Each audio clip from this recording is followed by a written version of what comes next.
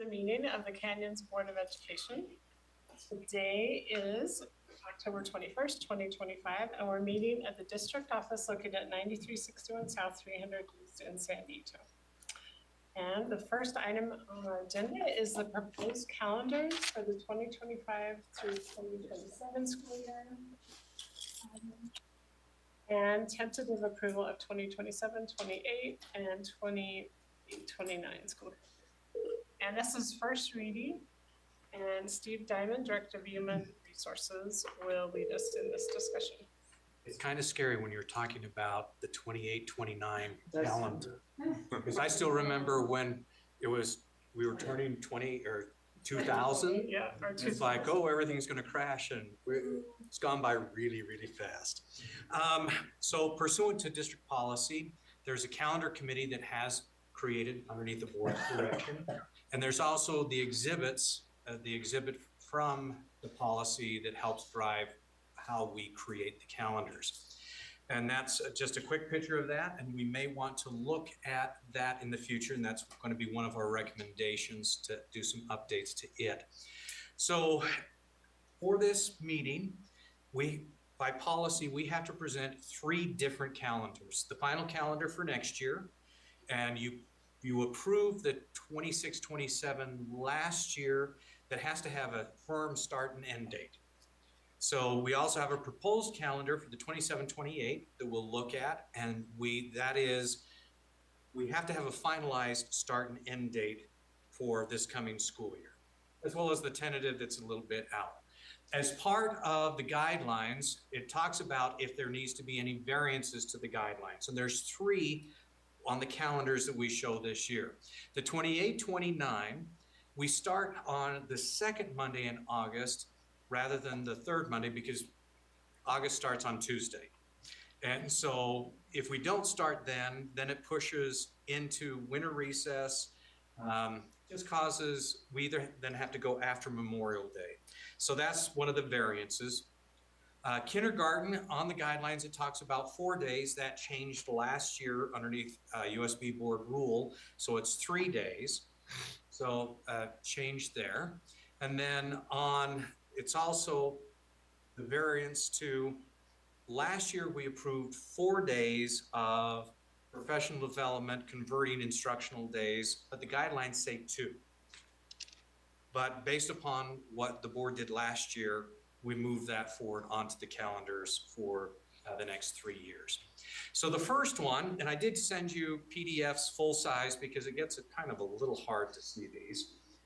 But we start with school. The teachers come back on August the 10th, which is pretty much what we generally do. And then August the 17th, starting for school. Kindergarten starts on the 19th. Parent-teacher conferences. The 3 days that we piloted a few years ago, got feedback, and continue doing that. One of the questions that I had was, talk to me about the rotation. There is a rotation so that each level has a different start. So parent-teacher conferences will be the middle school on the 21st and 22nd. Then high schools, the 22nd, 23rd. And parent-teacher conference for elementary, it would be the 21st and 23rd. When you go down to the next one, that just flips, rotates up, and then the following calendars do the same thing. There's always a rotation so that there's an equal opportunity for each of those different calendars. We have the 4 PD days. They're tagged onto in September. It's against parent-teacher conferences. On October 26th, that is right after the end of a quarter. We also have it in February, right against, I think it's Martin Luther King, President's Day. Parent-teacher conferences, we have the one in March, which is right after the end of 3rd quarter, a full week for spring recess that we traditionally haven't always done that, but that's what we've done the last several years. Also the day right before Thanksgiving. It used to be that we only had Thanksgiving at the Thursday, Friday. We added the Wednesday before, and parents and families and educators greatly appreciated it for travel. And it also, I think we have higher attendance by doing that than if we would go all the way to that time frame. So this is the final for the K-12 for 26-27. Brighton, working with their SEC and their administration, they have a couple things. They did move. Originally, we had parent-teacher conferences the first week of October. They tagged it on to the 24th. So it's the Thursday where everybody else is doing parent-teacher conferences. They have, rather than a compensatory day, they have a professional development day because you need the additional time to be able to get the 2 compensatory days, which are in November, as well as in, where'd it go? And not April, February 25th, right there. It's really hard to see. But their community council, their BLT worked together, taking the calendar that we presented and tried to modify things. There are 4 days though that don't match up with the K-12. They're highlighted in red. So we tried to get everything to line up the best we could, but it makes sense how they placed those days. So November the 13th, October 26th, April 23rd, and September 28th are the 4 days that don't align to the other calendar. But it works best for Brighton High School and their community and their staff. The proposed calendar for 27-28, and when we approve this or any modification of it, it's solidifying the start of the school year and the end of the school year so we can do, Tom can make arrangements for locations for graduations. That's why it has to be finalized. Anything in that can shift around after the fact, but for this year when we approve the proposed, that's the reason why. Everything pretty much mimics, very similar to the previous calendar. Once again, ending graduation on the 24th of May and the last day of school on the 25th. Brighton High School, once again, took that and worked at that all together to try to get those days. There are, once again, 4 that don't line up perfectly. 28, 29, this is where we had to do the 1 shift. And this is where it's a little bit different. So you'll notice for winter recess, we come to school on the 18th and the 19th, but then we're off all the way through to January 2nd and come back on the 3rd. What the issue was, we had to, if we did 2 weeks and then January 1st we'll be back on the 2nd, it actually pushed graduation to the Thursday, the 23rd, the 25th. People were concerned about it going up against Memorial Day and what that would do for families. The other piece was trying to keep, the guidelines say anywhere between 8 and 11 days for winter recess, and at least one over 1 weekend. So we keep that.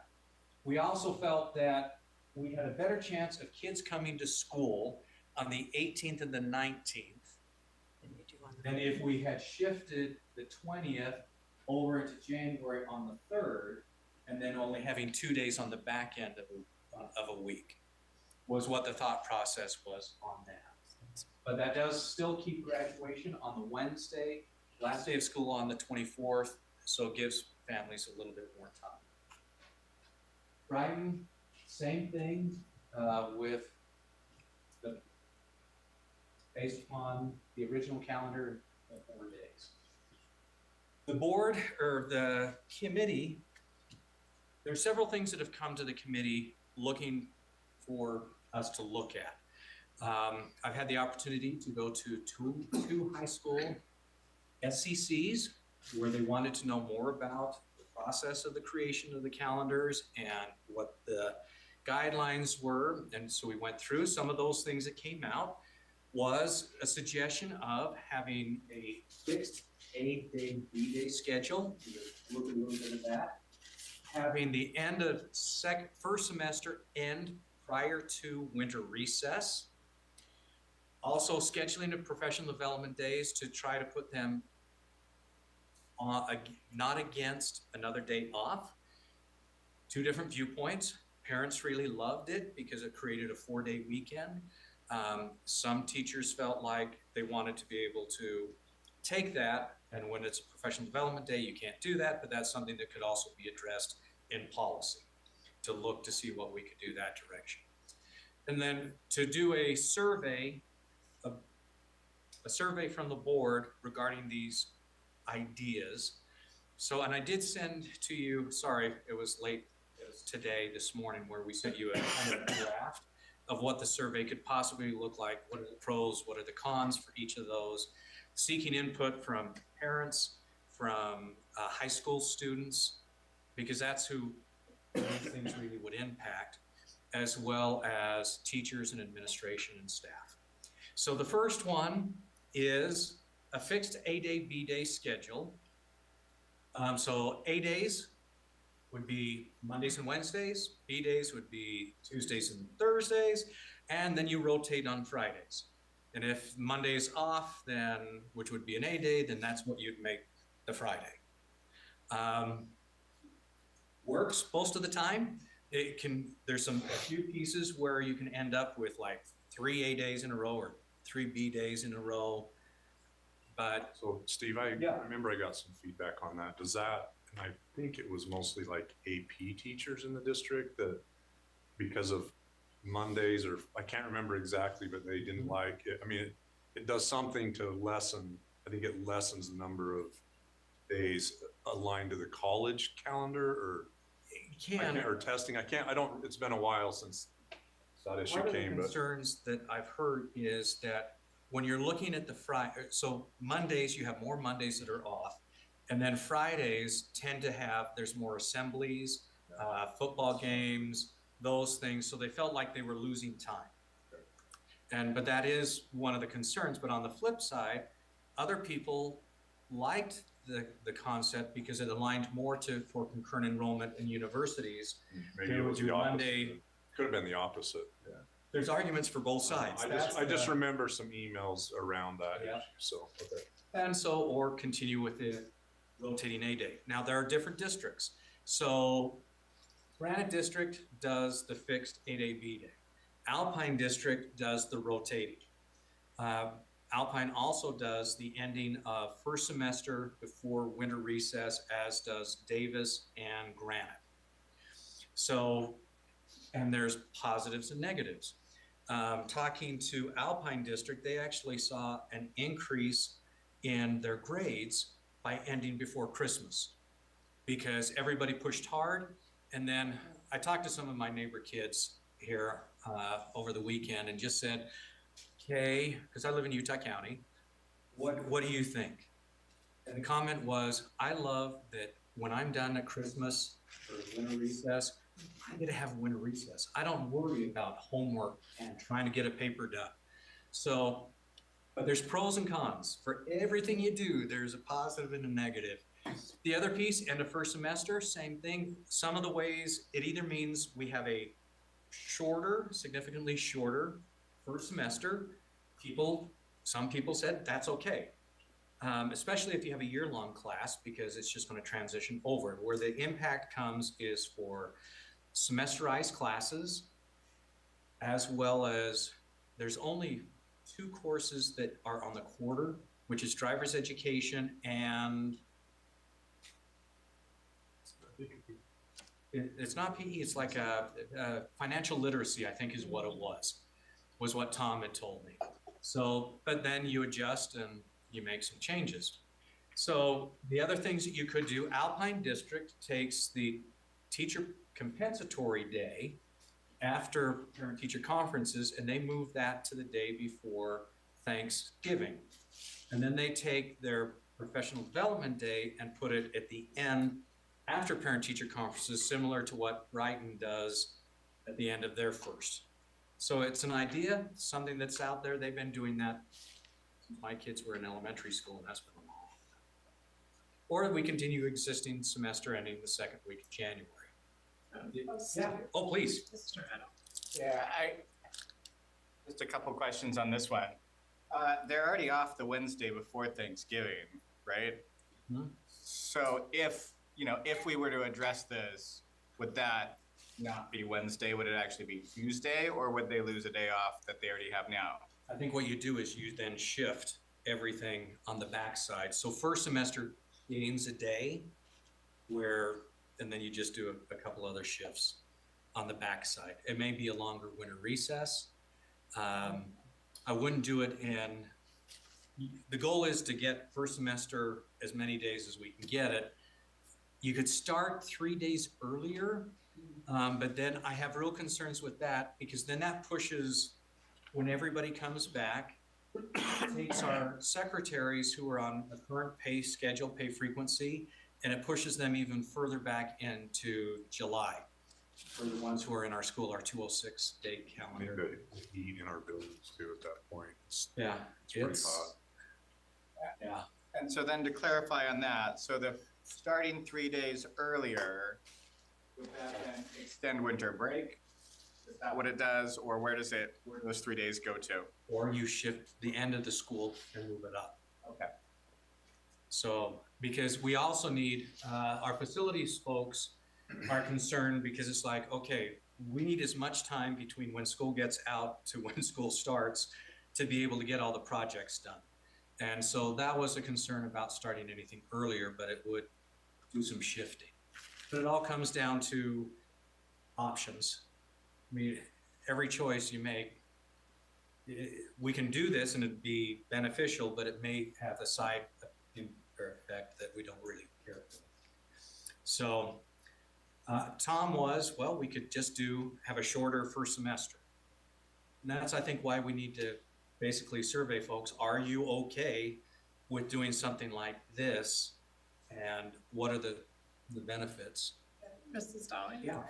So Granite has done that for years, that every year they send out a survey and the majority always come back. We would rather start, they all say we want to start after Labor Day, but when you show them the calendar, they would rather start earlier to be out by Memorial Day and to finish before the Christmas break. So I think that's probably what we'll find, but I think it's a good idea. So people feel like they have input, and then you can show the data and say, well, this community, you can even do it by high schools and see what the data is. So I think that's a great idea. Can I just add that if we move the last week of school up a week, it's going to make graduation happen on state championship days. Yeah, it's true. So we got to be aware of that. Yeah, that's an issue because people get really upset and go to the news. well, and with Alpine District, there were kids who chose to go play and not go to graduation, which is that's hard. Yeah, it's hard. So let's not forget about that. On the side. We had Corner Canyon lacrosse kids rolling to graduation a few years ago. Well, my kids played lacrosse, so that's when you start hoping that they don't win that game so they can go to graduation for their siblings so that they can be. Yeah. So the other thing, professional development. Do we schedule the professional development against a holiday like what we've currently done to provide a 4-day break for families? Or do we separate those professional developments days and add one into March where there's nothing and do some breakups? So that's something that you have really two different opinions. You have families who really like this, and I think some of our teachers like this, but then others don't. So I think it's just getting the feedback to be able to make an informed decision for the future. Have we looked at absenteeism around the holidays? Because that's what I wonder. It's like, if you have an extra day, are we seeing people, it's a 3-day holiday, so they take 5. Are we seeing more absenteeism? I don't know, that might be something to ask, building principals, if it's a trend they've noticed or anything. I don't, but I'm sure that we can pull that data to see where we are. Because the days that I would be more interested in are Thanksgiving week, where you just have the 2 days. Because that was the concern when we shifted to the 2-day, because we always had gone off 3 days was the shortest that we would give. And so it would be interesting. I'll see if I can pull that for you. And then also just to review the calendar guidelines. to see is there anything else that we'd like to modify or change? So I think we do need to address the first day of school will be the second or preferably third, just put it there so we don't have to do a variance. Kindergarten, just make it so that it now matches board rule. And then the 4 days, if that's what we're doing, to be able to just codify that so that moving forward as the calendar committee works, that they can move forward and plan on that. Any questions before? I want to address just one other little thing. Any other questions for Just on the 4 days of professional development. So 2 were originally done in 2023. 23-24 year. 23-24. And then I went back and listened to, there were 2 discussions, one on April the 1st of 2025, and then it was on part of the consent agenda on April 15th of expanding it from 2 to 4. And they were listed as professional development days to try to be able to use that. So what the current guidelines that I believe school performance has put out is that there's supposed to be on those days 4 hours of focused professional learning, 2-hour team collaboration, 1.5 hours for learning application planning. And I think it depends upon which school and how principals interpret how much flexibility you have on those, and then 1/2 hour for lunch. So that's the current guidelines that school performance has put out about those 4 days. So I'm going to address that as soon as, are you done? Yeah. Steve? Okay. So, so I know there's been some confusion around exactly what Steve was just saying. So I gave you a packet to look at this. Again, just to Steve's point, history on it. Leon and I actually think this goes back probably pre-COVID when this bill was first introduced, and then it was amended. Jefferson Moss amended it in 2022 to the 4 days or 32 hours. And you have a copy of the bill and the law itself. It does say in the bill that it can be professional development and or planning time or preparation time. So it can be either or. And in 2023, just to give everybody some history on this, because we've been trying to sort through how this came about and what we actually did. At the time, you remember, we were looking at the disparities in preparation time. We were also reducing the report card in elementaries from 4 to 3. The day in January, or the report card in January, already had 1 planning day assigned to it. So the genesis of this then turned, because we were asking, why did we go with 2 hours PD and 6 hours of planning time? And I think that's where the genesis for that came from, was to match that up with the report cards. And that was the plan.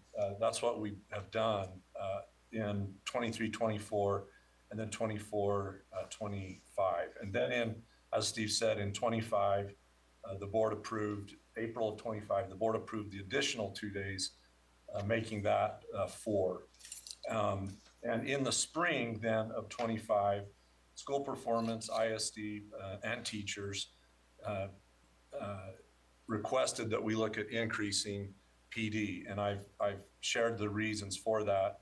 Everything, all the reasons stated: attendance, behavior, academic performance, intervention, multilingual learners, all of those things. And on top of that, the need to train. A third of our teachers are in year 1 through 3.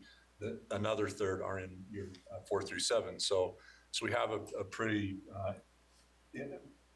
inexperienced staff that we really want to try to lift. But having said that, I think being more balanced and recognizing and trusting our principals and our teachers to utilize the time with the flexibility that's needed. And so I think the balance to that, and we actually have a day coming up, or this coming Monday is one of those days, as noted. But I think for this year, where we've committed to the 4 hours of PD and principals have planned and all those things are already underway, it'd be really difficult to just upend that. But I would recommend, in the packet, you can see that I would recommend we revise that to up to 4 hours, not a hard fast. So it's more of a window of time. And then our principals can obviously, and you guys know this, having a meeting just to have a meeting is not what I think any of us support. But if it's necessary and the principal in alignment with our goals as a district need those 4 hours, then fine. But if they don't need the 4 hours, please don't have a meeting just to have a meeting. Cut it short and give our teachers that time. And then the second half of the day, in my mind, instead of being, more prescriptive, what I would like to do to demonstrate that trust is just say, that 3.5 hours of collaboration, planning, and application be decided as a grade level team or content team. If they feel like, hey, we need to collaborate and do some work together, great. If you feel like you need that time to prep, then so be it. And then in a future board meeting, maybe in the spring when we get through the session, we look at our needs again for next year. This is not a negotiated item. This is something that I think, one, very grateful that our legislature passed this, because you think about the cost of having to add 4 days to the calendar on top of what we already have, that would be astronomical, right? So, but it is replacing instructional days. So I think being very thoughtful and intentional about how we go about that, I think that's important too. So I think in a future board meeting, school performance, McKay can come back after we collaborate more with our teachers and kind of understand what our needs are.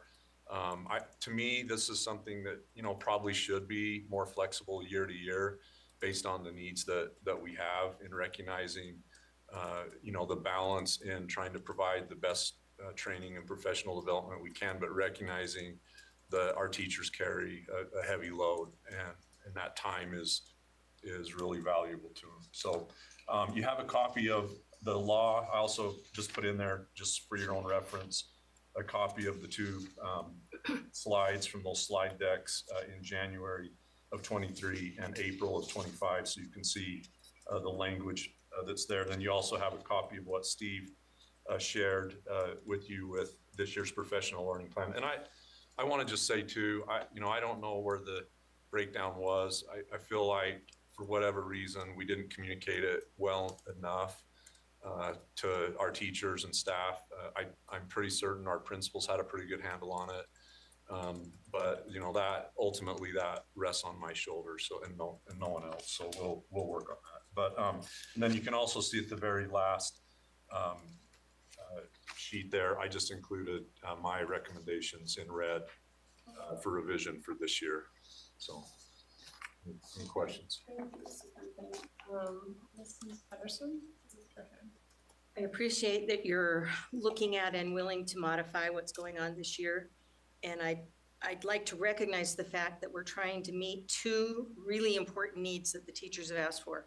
They need independence to be able to create and plan and implement the things that they're being asked for. So if they have the professional development, they can go back and actually try and implement that or previous requests. But we have also the need for professional development. So instead of having to get substitutes and stagger days and have to go to the district and spend an entire day, this is more efficient because you have your entire staff all in one place, all at one time, and you can do that development. I appreciate the fact that he has said that principals, I think things need to be more individualized than they have been presented, where principals know the needs of their own staffs. If your staff is a lot of younger, newer teachers, then maybe that's what you're going to head for. And maybe you excuse some of the more experienced teachers from some of that if it's something that they know that they know. Or if the whole school has decided, and I would recommend principals talk to their staffs in faculty meetings saying, we have a professional development day coming up and I'd like to be able to help you with something that's one of your needs. What is that key thing that you want?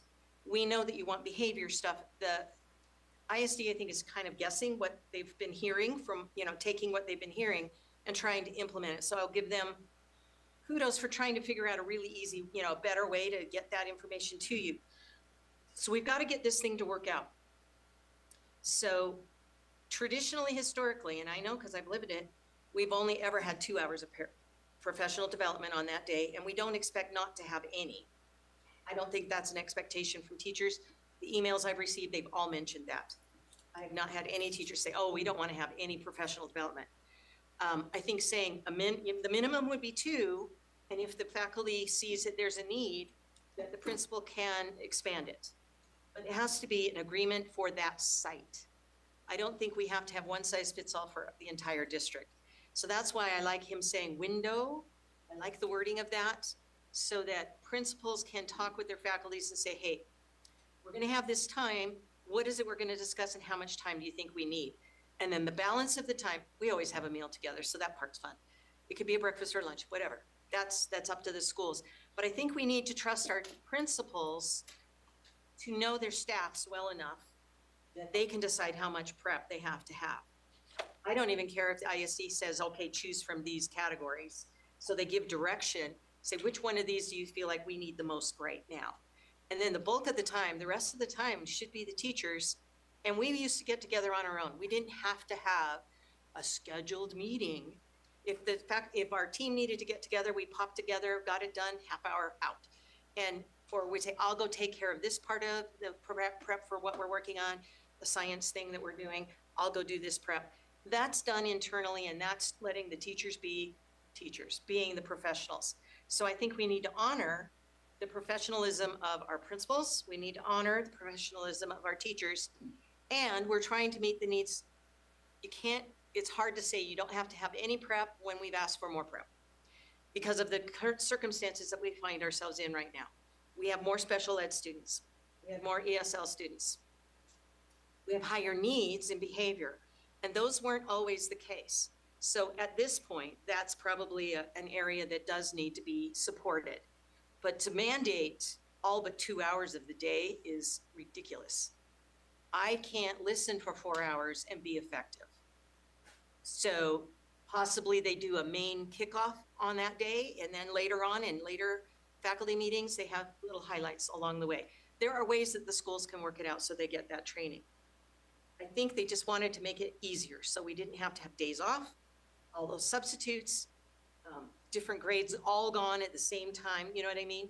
I understand their thinking, but it's always traditionally been a chance for teachers to wrap up for conferences, get prepared for conferences, get your mind on conferences. And if that's been set already for you, then good for you. You've done it on your own time. So now you're going to be able to go and work on something that you need to actually implement for those individual needs that your students have. So I appreciate that he's willing to, that the district is willing to look at that. And I want to emphasize for principals that it's window, not mandate. And I don't believe in anything in the afternoon. I really, really don't. They used to sit outside and check to see if we were showing up. They were so afraid that we weren't going to show up for those days. We just take the day off. I don't know who well, I do know who they were. But anyway, those persons, nobody checks on you, and nor should they. If I need that time, I need that time. If there's an extenuating circumstance, they talk to their principal. That's all there needs to be. And we just need to trust the people that we're working with. So. Okay, thank you. That's me. Thank you, Karen. Mrs. Nyvar. I just wanted to first thank Dr. Robbins for his explanation and thoroughness of going through legislation. And I was a big proponent of giving these extra 4 days in the calendar to our teachers. I am very grateful for the revisions that have been provided. We have been getting emails, and I agree. I think it's really important that we trust our teachers as professionals and our administrators. And I think the more we can do that way, the better. I think this is a great thing. I think it's great for the teachers to be able to better meet the needs of their students. And I just think this is all very good news. So it's great for me. Thanks. Great, thank you. Mrs. Dolly. So, along those same lines, I appreciate you adding that flexibility, and because understanding that our elementary schools and our high schools have very different needs when it comes to PD, and also to provide some more flexibility for principals because, you know, brand new teachers have different needs than a teacher that's been teaching for 15 years. And for them to be able to have that flexibility that maybe that PD doesn't apply to them, but maybe they can go work on something else that is more applicable to what they need the training on to become a better expert teacher. And so I appreciate that, and allow this process that we have now that allows for teachers to get their 20 hours of required PD a year that they have to have for their relicensure, and you really can get it on non-student days. I think that's excellent that we're building some of that in, but finding more flexibility, finding a little bit better balance here between our PD and our teacher-directed time. Okay, any other comments for? Okay, I do have a comment because I remember where this whole idea came from, and it was high quality learning. And it was because teachers needed more professional development. That is where the idea came from. And we had just given teachers all that time for elementary school planning. And I wouldn't have voted for that if it wasn't for the professional development. I'm just saying. And that's where it came from. That's the history of this. But I am grateful for this. I think it's good to have flexibility, but I don't want to be like, oh, you have to do all PD and now we don't have to do any. Like there needs to be like something in the middle. And I also agree with what Katie said, that maybe we need to look at it by level, like elementary school, middle, and high school, because I do think there's different needs. And so maybe that's just something we can. It's tough too, because the disparity in prep time and schedules are so different, you know. I mean, it's an age-old argument, right? Like between all the levels. And so just trying to strike that balance. And at the same time, recognizing that I think that's the culture of trust that we want in our district, but also being accountable to our systems that have made Canyon successful from the beginning. So. I know. I mean, we had the discussion, and it was our teachers going to be better teachers if we give them these days. So I want that to happen, right? I mean, that's why we're doing it. So, but I am in favor of this, and I think it's great for us to trust our principals, and yeah, they can modify it how they feel like their faculty needs. But maybe it's also according to like, do you have a bunch of really young teachers, or do you not? You know, so maybe that's a totally different type of PD. Teachers. But I also know teachers. I mean, what you guys told us was teachers were asking for more PD on behaviors, on all these other issues that we're having. So. So if you're okay with it, I'll have McKay issue a memo like ASAP, since this would impact Mondays, and then we'll start talking about the process and getting more input, thinking about next year. And I do think part of the problem is communication. So let's just make sure. I mean, let's make sure every teacher knows this. No, that's on me 100%. Because I feel like there was some confusion. They're usually really good at communication. No, this has nothing to do with that communications group. This is me and us. It's okay. It's okay. I think we're in a good spot now. So. I have a calendar question, not related to this. Sure. We were, at least I was emailed, and I'm sure all of us were, about the conflict with caucuses on March 17th. Oh, yes. And I've never heard a decision. So I'm asking, what are we doing with that? Because it was saying that that the mandate was that we couldn't even have teams practicing outside. Yeah. And You guys that is a problem. And we had board meeting, right? We have a board meeting. We're not doing it. It's the 11th. It's the 11th, We okay. we don't have board meeting on the Okay. 4th, no. Actually don't know what. We've been a little distracted. I have no idea what we're doing. Well, I'll find out. Yeah, maybe talk to Tom and work on it. I know they were working on it, but I don't know. Just I haven't trying had a to, recent one, but it was only a week or so ago. yeah. And so, Scheduled on the 17th. I was gonna say, We're talking about November 4th. No, this is We're talking March. about March 17th. Caucus. I'm just curious, We had an March email. 17th. There was an email circulating about it to move it. And I think everyone was in Well, favor of it was a moving it. comment. I don't know that it was yeah. We do It need was to. just all move commented, but I never. To move it. So are we moving it to March 10th, the week before? Can everyone look at their calendar right now, since we're talking? Currently, we have March 3rd, 17th, 31st board meetings. 3? Is it 31st? And in Stash April, is we full. only have one. Why don't we move it to, why don't we have it, oh, the 3rd? Do we just not have the 17th? Why don't we have just the- cut it and have two? Because 3 in a month is kind of, That's not We usual. weren't, well, yeah, we were having three. we're having 3 because of what, spring break in April, is that why? Okay. Okay, why don't we just Teacher of cut the the year. 17th for now? And that means we'd have board meetings the 3rd and the 31st. And then when's teacher of Or the should year? we do the 3rd and the 24th, you guys? When's I'll be out teacher on of the year? 24th, but I can, I can do virtual. Okay, so teacher of the year is April 7th. So what if we just add a board meeting date? No, isn't that spring break? That's spring break. that's spring. Oh, it is. So then when is, it's the 14th. 14th? The 14th. 21st, which is teacher. My first is teacher of the year. The It's also our board, 21st. Okay, it's also our board meeting already. 21st. okay. Yeah. So if we wanted 2 in April, if we want to cut the 3rd in March, couldn't we do the 14th or the 28th for board meeting of April? That's why we have 3 is because Yeah. the April Why don't we 21st one do is not a March public 3rd, meeting. March 24th, Comment. and to get rid of the 31st, because then they're a little bit closer. March 3rd and March 24th? Yeah.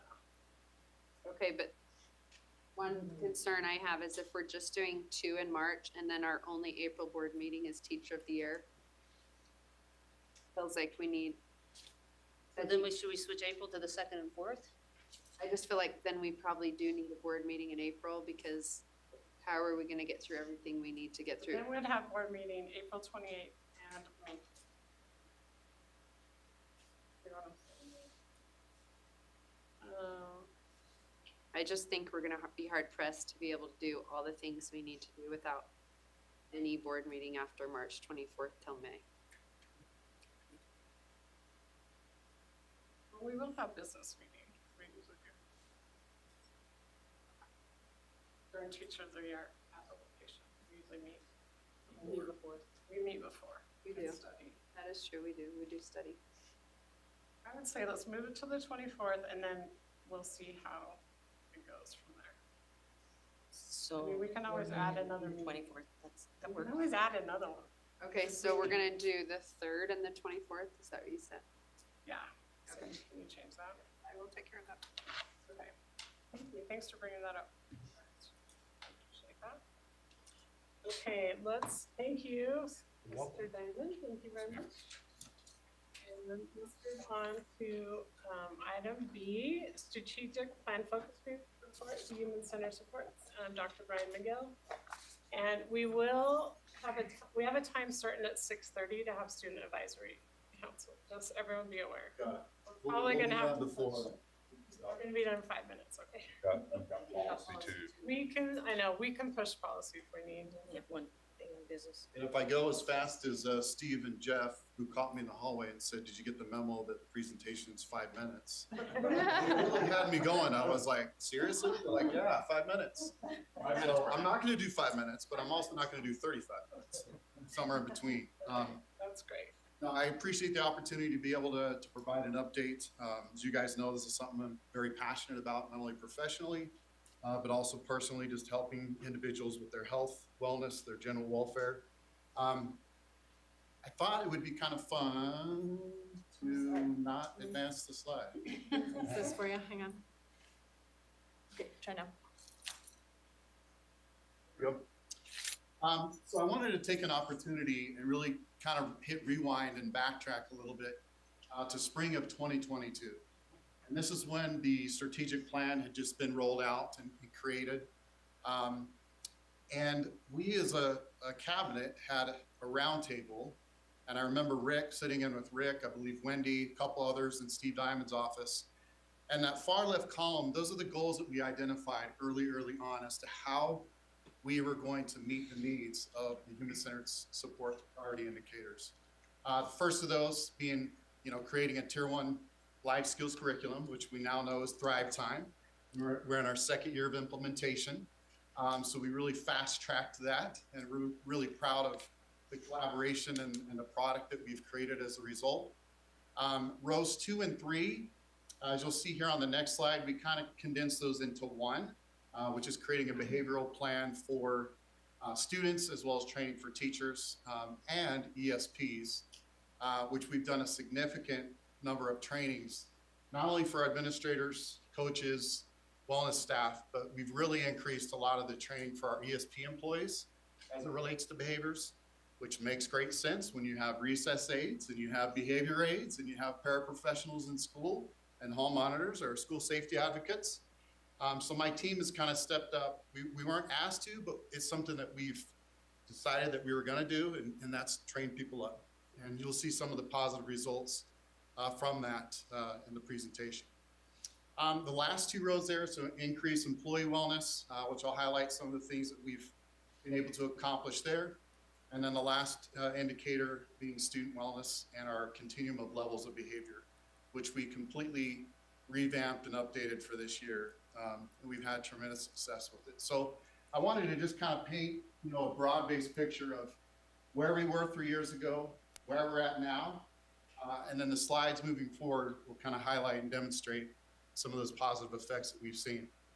From those 5 indicators that we developed, like I said, we consolidated row 2 and 3 into the district behavioral support plan. But this is our framework basically that we follow. So each of our agenda items every month, to keep things streamlined and focused. It's really helped us make sure that what we're speaking to meets the needs of the 4 priority indicators that we developed as a committee early on. Underneath those are each of the different data elements. We're a pretty data heavy committee. I know Amber, Jackson, Karen, Andrew have all had an opportunity to serve on the committee at one point or another. And you guys know that we go through a lot of data, which is great. But those are the measurements and indicators of each of those, which I'll be referencing again here tonight. So again, just a snapshot on Thrive Time and the timeline there. Really proud of this. We developed a team early on with about 25 to 30 of our teachers and wellness staff in creating the curriculum. And as you guys know, we held a lot of parent nights, had a lot of parent feedback.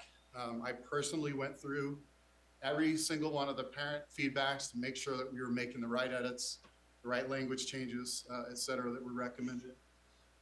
We did continued development that second year. We piloted lessons, got board adoption. Last year was our first full year of implementation. Again, K-8. This year, second full year of implementation. One of the things I wanted to highlight that we're pretty excited about is Allie Teller, who is one of our specialists. She oversees elementary wellness staff positions. She is coordinated with some of our elementary schools and created a pre-post assessment benchmark so we can actually assess the standards for each of the units in Thrive Time, assessing kids' confidence in the subject material up front, and then what they learned as a result. One of the interesting things in looking through that data, which I'll share at our next HCS group, is our 3rd and 4th graders at every elementary school. We had about 6 or 7 that we piloted it with. Their data was significantly lower than our 1st, 2nd, and 5th. And the more I started thinking about that, we had this monumental thing happen 5 years ago, the pandemic. And these were the grades that would have been impacted in terms of that first socialization into school and the fact that that was delayed over time. So it's really interesting to see that same result across all schools and different communities. It's pretty telling, right? In terms of the impact that it's had. And then next year, we'll be in our 3rd year of implementation. And next year, we'll be able to do that pre-post assessment across all schools to where we can actually provide assessment benchmark data to every school and provide a customized school summary analysis as it relates to Thrive Time. So to see where we were 3 years ago, and as I jump back,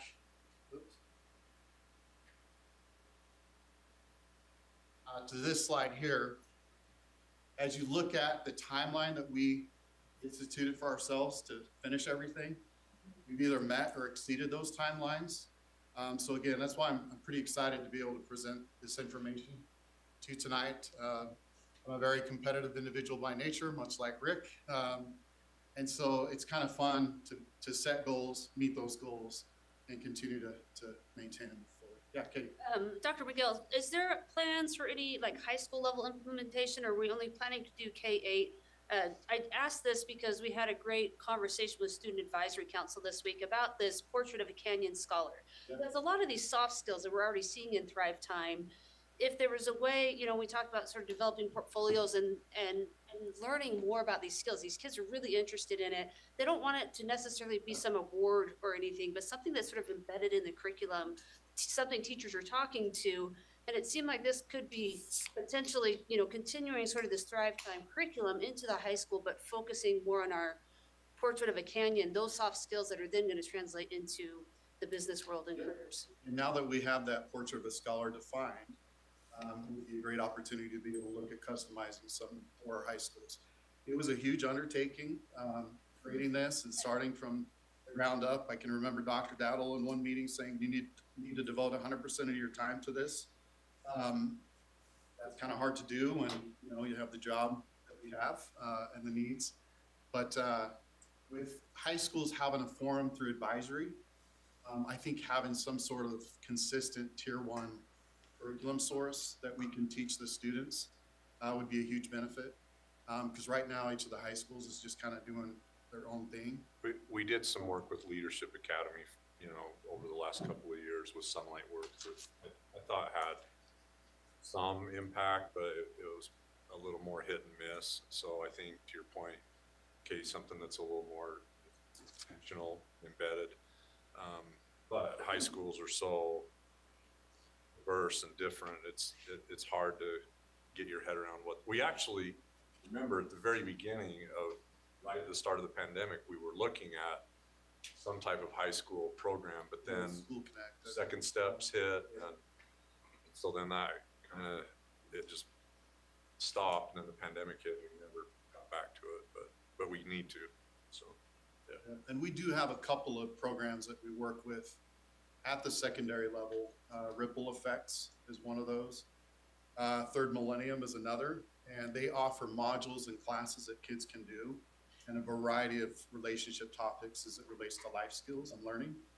So potentially that might be something that we could maybe take a look at collectively. I would just add to, just as a Next Frontier initiative, Susan had some legislators had their ear and they were asking her about mental health and what would be something that they could do or we could do to truly impact that. And I think a major goal for us would be to get our counselor student ratio down.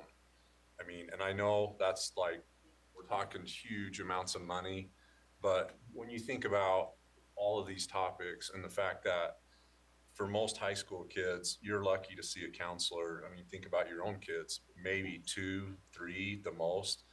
So when it comes to responsive services and really helping students through these issues, I mean, it's mostly college and career preparation. We're going to talk about your grades, your track, and you get whatever 30 minutes and then you're out the door because there's a line of kids. But when it comes to school safety, how we've really rejected that conversation, but we've gone to guardians and hardening our schools and glass, and which I get, that's all important, but this piece is just as important. So I think thinking about big picture, if you want to go to a place where I don't think any other district's really taken that on, but setting an initiative that, hey, in 5 years or whatever incrementally, we want to reduce that ratio to even, I'd say it's embarrassing, but 250, I mean, would be amazing. So. Yeah, and to that point, and we'll kind of speak to that and funding, but I've been asking Charlie and Susan, USBE recommended that I present before School Safety and Security Committee, legislators and our Chief Pennington. So I would love to have an opportunity to be able to present what we've done with prevention and the results that we've seen, which I'll dive into here as well. So we'll see what comes of that. So again, just highlighting some of the great steps that we've taken and the successes that we've seen. I know that board member Edel was one that really wanted us to prioritize expanding childcare across the district for Canyon's employees. I was the beneficiary of that. I got to, feed my daughter and rock her during my lunch break at Riverton High School as a counselor and coach. And She and I have a very tight bond, and I know a lot of that is probably attributed back to that early stage development and the bonding that we had together. So Steve took this and ran with it, and within a pretty short span of time, over the last 2 years, we've expanded space, we've expanded schools, and the numbers currently right now, is we just looked at a couple weeks ago, we had 86 that are taking advantage of it and then split across our 3 high schools. Awesome. So employee benefits, increasing personal day use, and then something I'm really excited about, HR, alongside Rob Richardson, who works in insurance and student wellness, we evaluated a number of different employee assistance program entities, and we finally have settled on Magellan Health, and I'm pretty excited about what they offer. And the great thing about it is it's about a third of the cost of what we were paying. So we're getting a more expansive service, more robust opportunities for employees, which in turn is going to be higher engagement of employees. So pretty excited about that moving forward. So we don't lose anything in terms of what we're offering currently. We're just adding to it. So telehealth, as you guys know, we've expanded that out. We did a pilot last year with 17 schools. We're now in all of our schools. All of our nurses are helping streamline that, and students and staff can take advantage of that. As we talk about the wellness clinic, telehealth has been a great bridge and will continue to be a great bridge until we get over that hurdle in terms of what we ought to do there. I know it's in long-range planning committee's hands. Maternity and paternity leave increased. Our appreciation, looking at staff surveys, which is one of the things we take a look at every year. We've seen an increase in administrators and licensed staff. Karen has brought up, and these last couple of meetings, we're looking at putting more emphasis on our ESP employees and what we can do to really help raise recognition and appreciation for the work that they do. And so HR is going to be soliciting feedback from all of our ASPs regarding the February 13th training.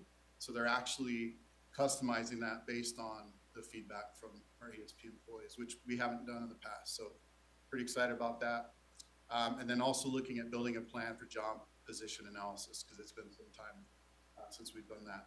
And then elementary planning time, which we're all well aware of. I just put a screenshot up here of Magellan Health. I know this is going back a couple years ago. President Scheel in one of our meetings, I think you had interviewed Principal Nowalker, and you asked him, what's the one thing that educators or staff could use in schools to help them with their wellness? And it was this life coaching, health coaching element, right? So one of the really exciting things about this is you look down here at the bottom, they do have well-being coaching that is written into the product services. Again, counseling still offered, but I'm really excited about the emotional well-being app, which there's some pretty amazing tools that I think a lot of our employees will be able to take advantage of and really just improve their health and wellness and do a lot of accountability stuff just, through their own reflection of their own health. So anyway, pretty excited about that. Some successes we've seen with student wellness, again, telehealth. Our mental health screening nights, we are serving between about 150 to 200 students each year. About 50 to 60% of those are identified as on the higher risk range. So we're able to get them established with a school-based mental health therapist, as well as coordinating support services back at the school for those students. So that's been monumental. One of the really cool things, and this is kind of a rarity across our state and nation, but Canyon School District over the last 2 years, and this is speaking to what Rick spoke to in terms of our wellness personnel in schools and the staffing and the funding ratios that we've created. We've seen a 7 to 8% reduction of students self-reporting on SHARPS and the climate survey with anxiety and depression rates. And when I say 7 to 8%, that's from last year to this year, and 7 to 8% from the year prior to last year. So that's highly, highly significant, especially provided the mental health climate that we're seeing with our youth and young adults. School wellness personnel, again, to Rick's point, one of the things that, I've had some early conversations with Leon here this year is just looking at our staffing funding, and we spoke to this in our last meeting. We have about a third of all of our school-based wellness personnel, so counselors, social workers, psychs on soft funds. And with enrollment dipping, grants not being offered, grants being reduced, TSSP land trust being capped or being reduced, or both, depending upon enrollment at the school. I have had some conversations with some elementary principals that are concerned that they're not going to be able to provide that match funding because they're having to use it for FTE, teachers, reducing class size, that sort of a thing. They just have other priorities, right? So that's something that I feel that we need to take a look at. We have some neighboring districts that do fund a full-time counselor, social worker at the elementary level. So that would be my other concern, is if we start looking at splitting wellness staff that are providing direct services to students and families, that we may lose out on some of the high quality students that are coming out of our programs if they had to work at 2 schools, part-time at each. So just something to consider there. And like I said, I'm hoping to be able to advocate with our legislature, both as the USSDA president this year, as well as representing Canyons on some other findings. So we're continuing with our school-based mental health partnerships. So Canyons District has partnerships with Hopeful Beginnings, Project Connections, Odyssey House, and the Multicultural Counseling Center. So they're in all of our schools, and students are able to take advantage of those resources. And this has really helped us because with the addition of House Bill 281 this year, what it requires school districts to do is separate out school counseling versus mental health therapy. So when we refer out through parent approval, the students can actually be seen by a therapist that can concentrate more on that restricted service side, because we don't participate on that restricted service side with our staff. So that's why that partnership is cool. That's new this year, right? Yeah, just went into effect this year. Yep. Which has been kind of a hard conversation. I mean, I think our counselors just trying to understand, like, what is my role? What can I say or not say? And it really doesn't that change. law, It really doesn't change what they're doing. The restricted services is a mental health diagnosis, which our people shouldn't be doing. And it's also writing a treatment of care plan that's based on the mental health needs of that student. We do a lot of skills-based development, skills groups, executive functioning, things like that. But none of our staff are diving into, oh yeah, you have a diagnosis of major depression, and here's the treatment plan we're putting in place, and we're going to progress monitor you. So it's really allowed us to kind of separate those two out. So I think it's made for a cleaner, better clarity there. yeah, cleaner track for both sides. Awesome. So again, that's why that partnership and having those entities is important to Canyons. And then the last two, also very excited about both of those. As you guys know, we added a youth academy unit. Out here, we're just starting our 3rd year, and this is for our more significant safe school infractions by students.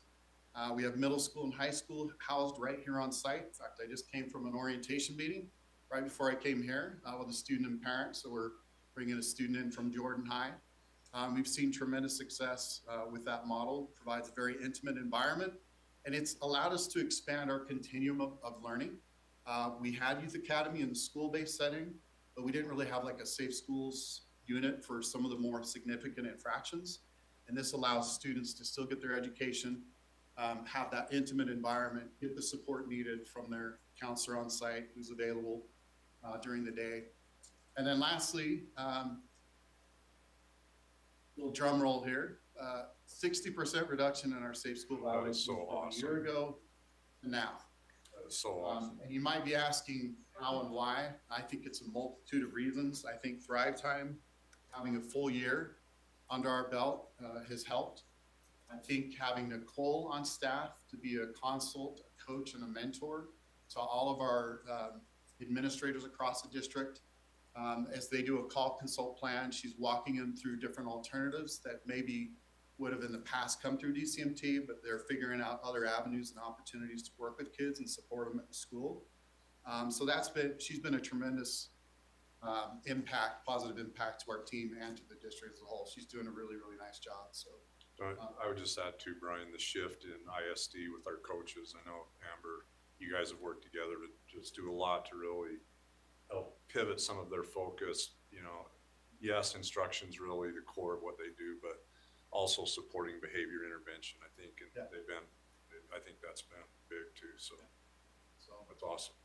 And to Rick's point, you got it teed it up, Yeah, you there put you the go. ball on the tee. There you go.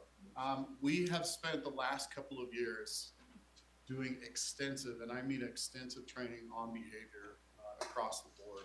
And that's been a collaborative of ISD, of SPED, SPD, our team, all collectively working together. Last Thursday and Friday, we had Safe and Civil Schools come in. They did a 2-day workshop focused on early stage interventions in the classroom. We trained our administrators, our wellness staff at the elementary level, and all of our instructional coaches.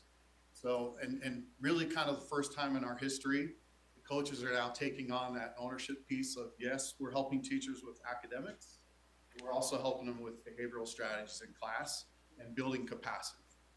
And it's important and critical that we do that, especially as we're seeing enrollment drop. More of us have got to build more capacity from the bottom up and across in order for us to carry this weight and to truly make a positive impact and difference. You can see the various, training modalities that we've offered and the different topics across the board.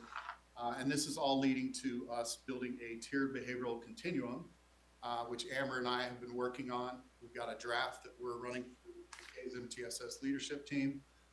And we're really excited about this because what it's going to do is identify the tier, the intervention, the support, the documentation, and then the role and responsibility for which department, which team, which specialist is responsible. So it provides a clear path for the school to be like, okay, we're here with this student. We should reach out to so-and-so. So anyway, that's the end product we're hoping to have done by the end of this year. And then the last couple of slides, again, more fun. We do our Red Shoes Living Awards. We try to do them on every Friday. There's some Fridays here and there that we're not able to hit just because of other conflicts with meetings and whatnot. But this has been really fun for us to do. And it's really been a great way for us to really bring human-centered supports into practice and application. And I kid you not, every award we've given this year, the employee has been in tears of joy. And we are trying to recognize all staff, licensed DSPs. So you can see Angie Floyd down there at Sandy Elementary at their school-wide assembly in Luau. She's their lunch cafeteria manager. And she does some pretty creative art design work with the food as the kids come through the food line. And she knows every kid by name. Wow. So being able to recognize folks like that in our schools that are really making a significant impact. And all we're doing is providing them a certificate and a little red Converse keychain that's like, $2. But it's not that. It's the fact that it's like, you know what? Somebody has seen me, somebody hears me, somebody values the work that I'm doing, and somebody actually invested some time to come out and recognize me in front of our student community, like in her case. And then just a couple other pictures there. Jillian Batty is a reading interventionist at Glacier Hills. Our social worker and school psych at Union. We're in the EEC class there. Awarded it to them in front of their students. And then Jason Long at Jordan High, one of our assistant principals. And he's a stalwart when it comes to working with our youth academy students. Jason has really made sure week by week that he's keeping a relationship and conversation, and we'll come out and visit our students at the academy. So we wanted to recognize him for the great modeling efforts that he's doing, building relationships across the board. And of course, Lonnie Main, the author of Red Shoes Living, which President Schill went to school with Lonnie, and he had kids that came through Alta. So kind of a fun Canyons connection. And then lastly, just to close things up, I don't know if you guys had an opportunity to go to Midville last week, but their Champions Over Challenges was very powerful, very moving. I love these kind of activities for our students and for our school communities because, teaching academics and content is important, but I think just as important, if not more important, is teaching kids about, the world, right? The challenges that other kids are going through. How do we establish resilience? How do we encourage one another at school? How do we build community? And so Courtney had called me about a month ago and he said, hey, I've got this idea that I want to run by it. So we spent some time on the phone. By the time we got done, I'm like, Courtney, what you're doing is basically tying it directly into Thrive Time with our 2 units, building resilience and serving your community. And he's like, oh, you're right, so, because he was kind of worried, like, how do I tie this into, to school? And I'm like, it's an easy way to tie it in. But if you didn't get a chance, they basically had a forum set up with the lights off. All of the kids and the school used invisible ink and wrote a challenge that they're currently going through. And then the blue lights picked it up so you could actually read them as you went through. Obviously, no names associated with any of them. And then as you come out of that, and I'm telling you, like, it was moving, reading some of these kids' challenges that they're going through. And Courtney's like, hey, you might want to take some Kleenex. And I was like, yeah, okay, whatever. So I grabbed a couple, and about halfway through, I was like, it was powerful, seeing what these kids are having to endure every day. And the fact that they're showing up and the fact that they're going to school with some of the challenges they have is pretty amazing. And then down there at the bottom, I loved some of these quotes that the students put together, words of encouragement for other students. The one that really kind of caught my attention was this one here. Dude, I know how you feel, man, but you are going to get through it, man. I swear, you're going to do it. I believe in you, man. That's whole middle school, like, he's right there. So, but, reading some of the others, you can see the words of encouragement that the kids created for one another. So the students went through with their teachers, and then they got to see the words of encouragement. And then they tied it into an ELA lesson where they did a self-reflection on what they observed and what they learned and ways that they can build resilience with not only their challenges, but maybe helping others with the challenges that they're going through. So anyway, again, that's HCS in practice right there. So that's all I got. Questions? Okay, thank you. Questions, Mrs. Nyberg?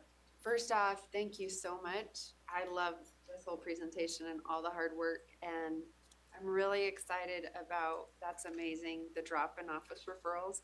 And I am actually hearing from elementary schools that had really difficult challenges last year, and what a difference it's been to bring in those assistant principals and the training they're getting.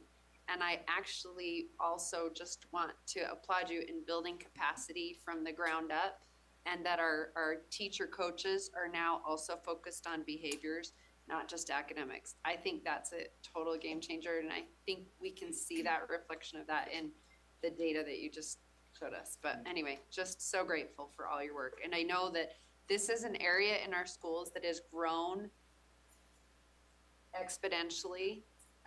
We've seen that, right, since COVID, just behavior issues and changing populations and dynamics. And so anyway, this is amazing. Super cool. Thanks. Yeah, it's been interesting. As our enrollment is dipping, our needs are rising.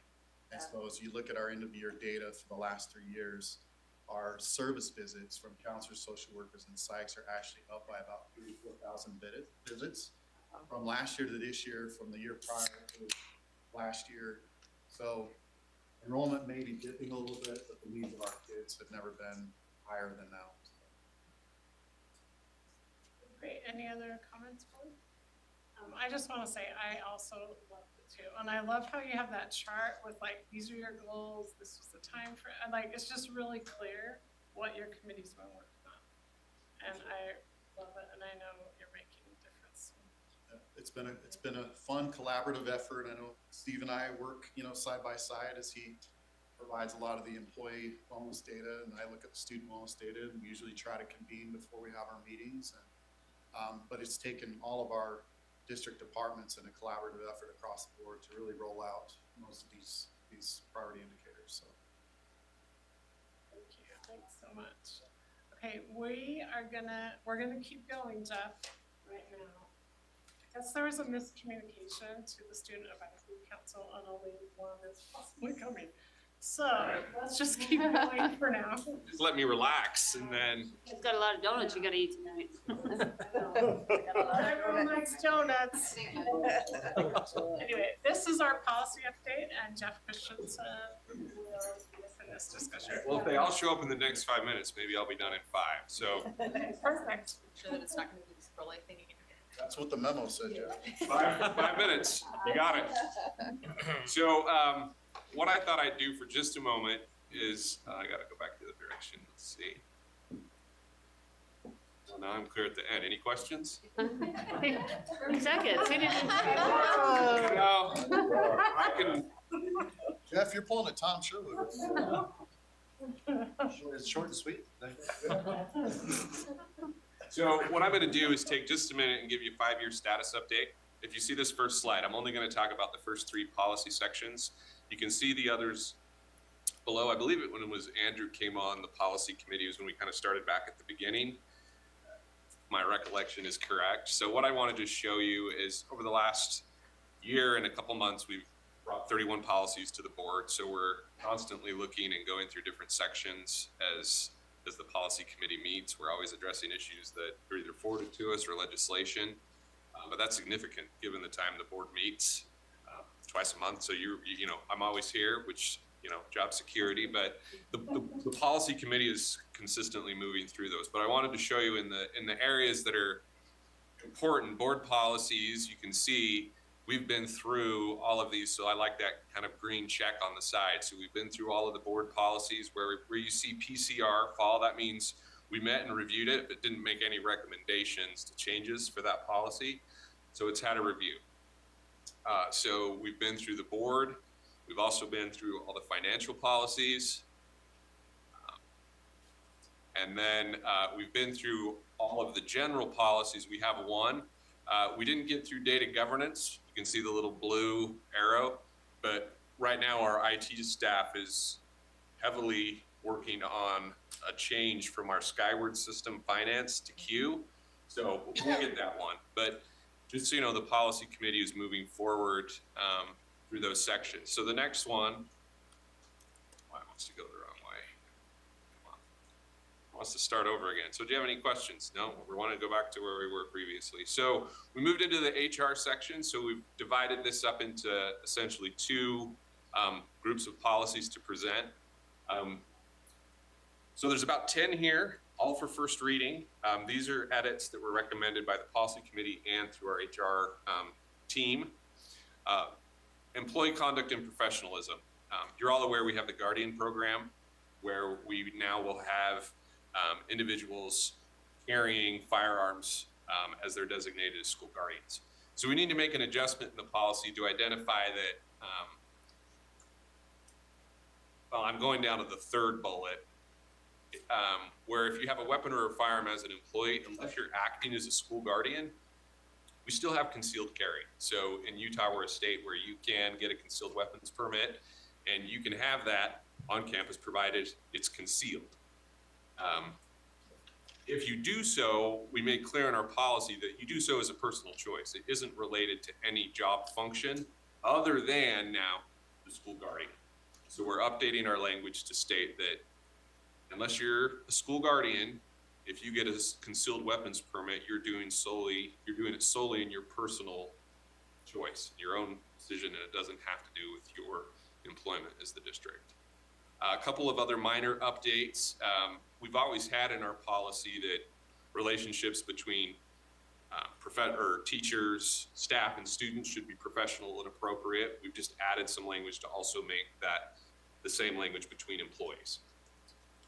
And then we've also just added an exception for, we do have situations where an educator may drive alone with their own student or be in a carpool situation, and we're just clarifying that. So we do recommend that they not be alone in a vehicle with a student, but we have exceptions where it's a parent.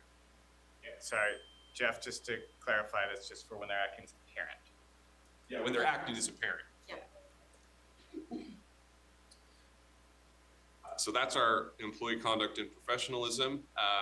In the employee criminal background check policy, all of that still is good language with the state requirements. We did add language that any felony conviction of an individual will render them ineligible for volunteer services, prospective employment, or result employment termination.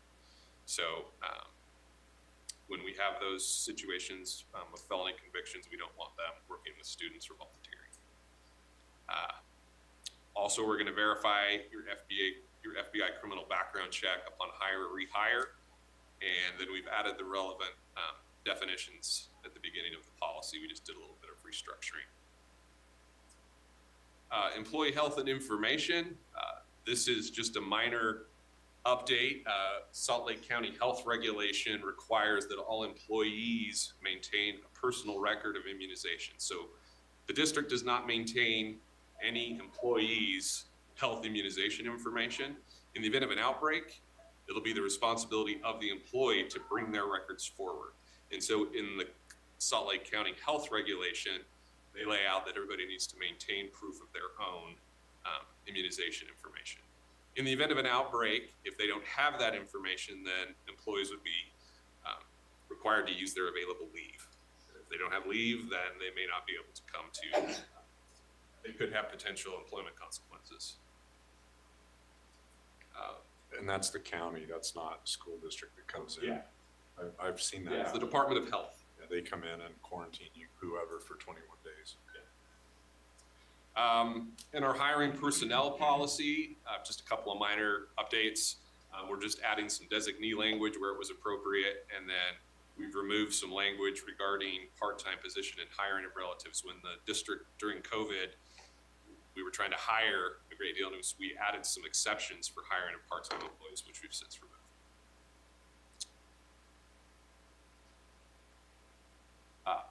In our substitute staff employment policy, we're removing some language regarding internal management of substitute teachers. We had inherited just some language that dealt with how many tiers we could have for substitutes and their qualifications. We don't need that in board policy, so we're just pulling that back into departmental guidelines. Technology resources, this is for employees. I know we addressed the student one in one of our more recent meetings. Again, in a similar fashion, we're removing any language that implies a contract when someone becomes an employee. So you're subject to the district policies as an employee. You don't have to agree to them, you're subject to them. So we'll remove that language. Professional development conferences has been reviewing the policy just for alignment with practice. Professional development conferences are reviewed and approved by the assistant superintendent and our business administrator. Cabinet under Dr. Robbins has a different format, comprised of different members. And so those professional development conferences aren't brought forward to cabinet. They're just addressed by our senior staff.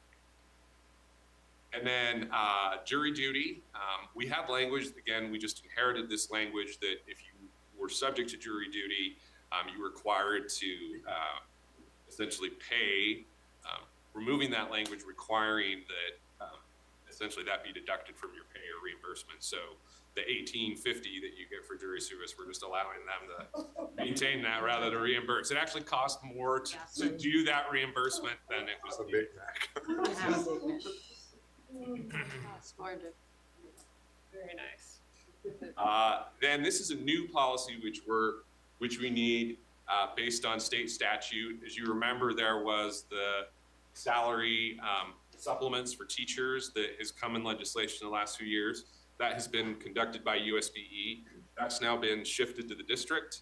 And in doing that, they require that we have a policy. So in accordance with that, we've adopted a policy that lays out how we address salary supplements for highly needed educators. So real quick on that, when that changed, there were some districts that took that a little bit different.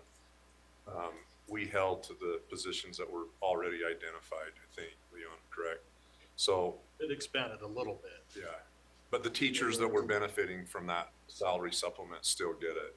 Because my worry, I mean, that's in the thousands of dollars. That would definitely impact mortgages and car payments, and but it does allow the district flexibility in the future if the district, if there were greater needs that you could shift that. But I didn't think changing it right now, just the way it is, I think it's still meeting the needs that we have. So we love it.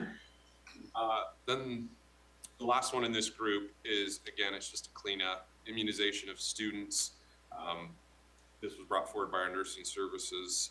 There's an alignment where when a student comes to school and they don't provide their immunization paperwork, there's a time period at which they can be conditionally enrolled until they complete it. That's 21 days, and you continue to seek to have them provide that enrollment information. That's been changed in the board rule. 30 days, you continue to keep working to try to provide that information. So we're just updating that. Those are all pretty straightforward updates in our HR section, and I can answer any questions, but these will be for second reading next time. Okay, are there any questions, board? Okay, thank you. Oh, wait, I have something. So, Katie and I met with a Granite board member, and Granite School District has a policy on what they do with land. And actually, I personally think it's a good idea because a lot of the questions we're getting with closing elementary schools is people are worried about what we're gonna do with those lands. So, I don't know, I did get a copy of it and I'll send it to you, Jeff. I don't know if you guys are interested, but maybe you can just talk about it with policy committee. Yeah, we can have that. That'd be great.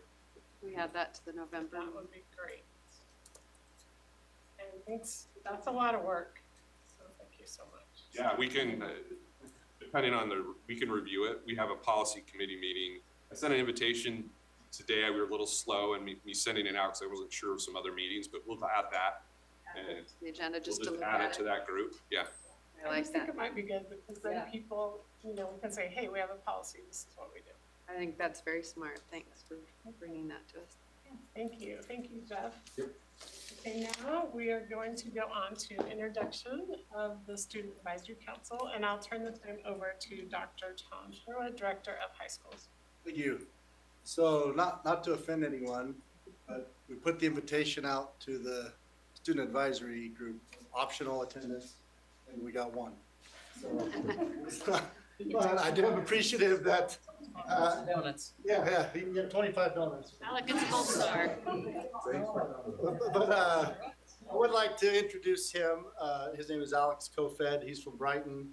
I hate to put him on the spot, but we have already had one meeting last week, and maybe give him a chance to give his thoughts about that, and maybe mention what he feels about the process. Is that putting you on the spot too much? I don't know.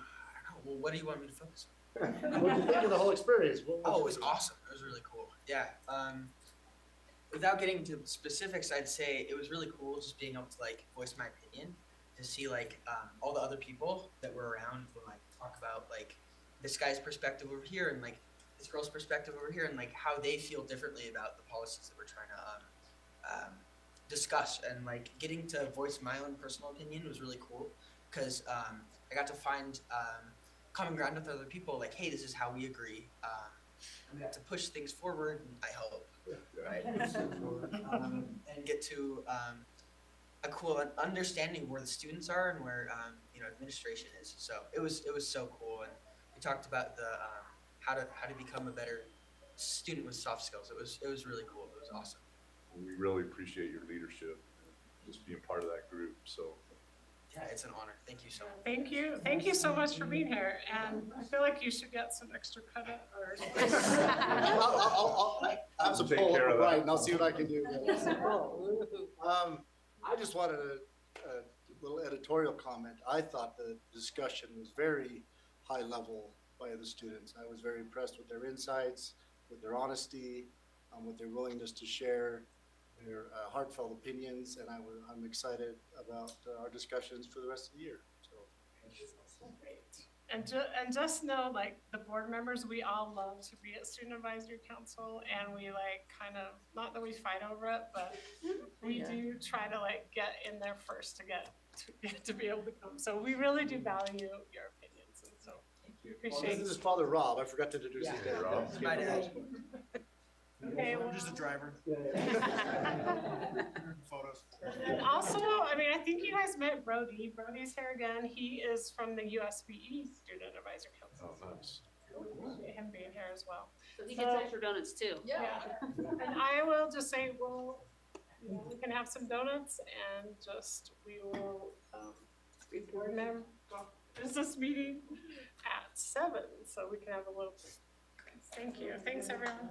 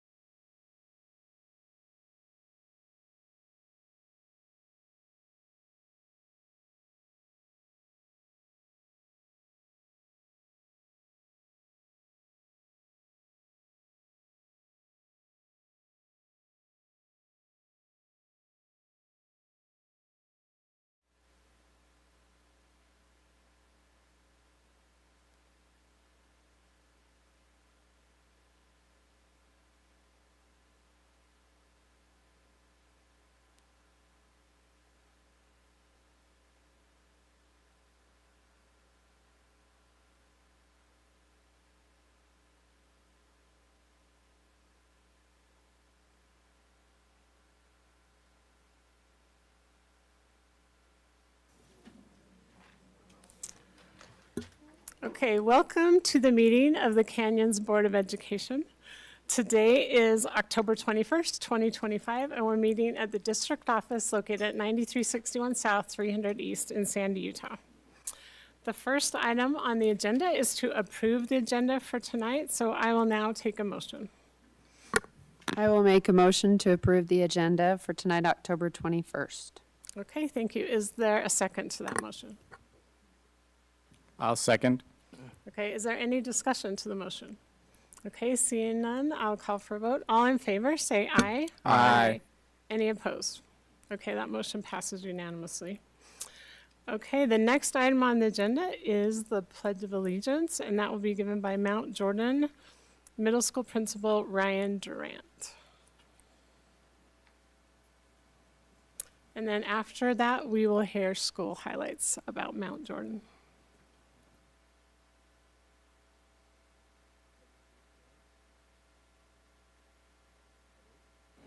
There we go. Please repeat after me. I pledge allegiance to the flag of the United States of America and to the republic for which it stands, one nation, under God, indivisible, with liberty and justice for all.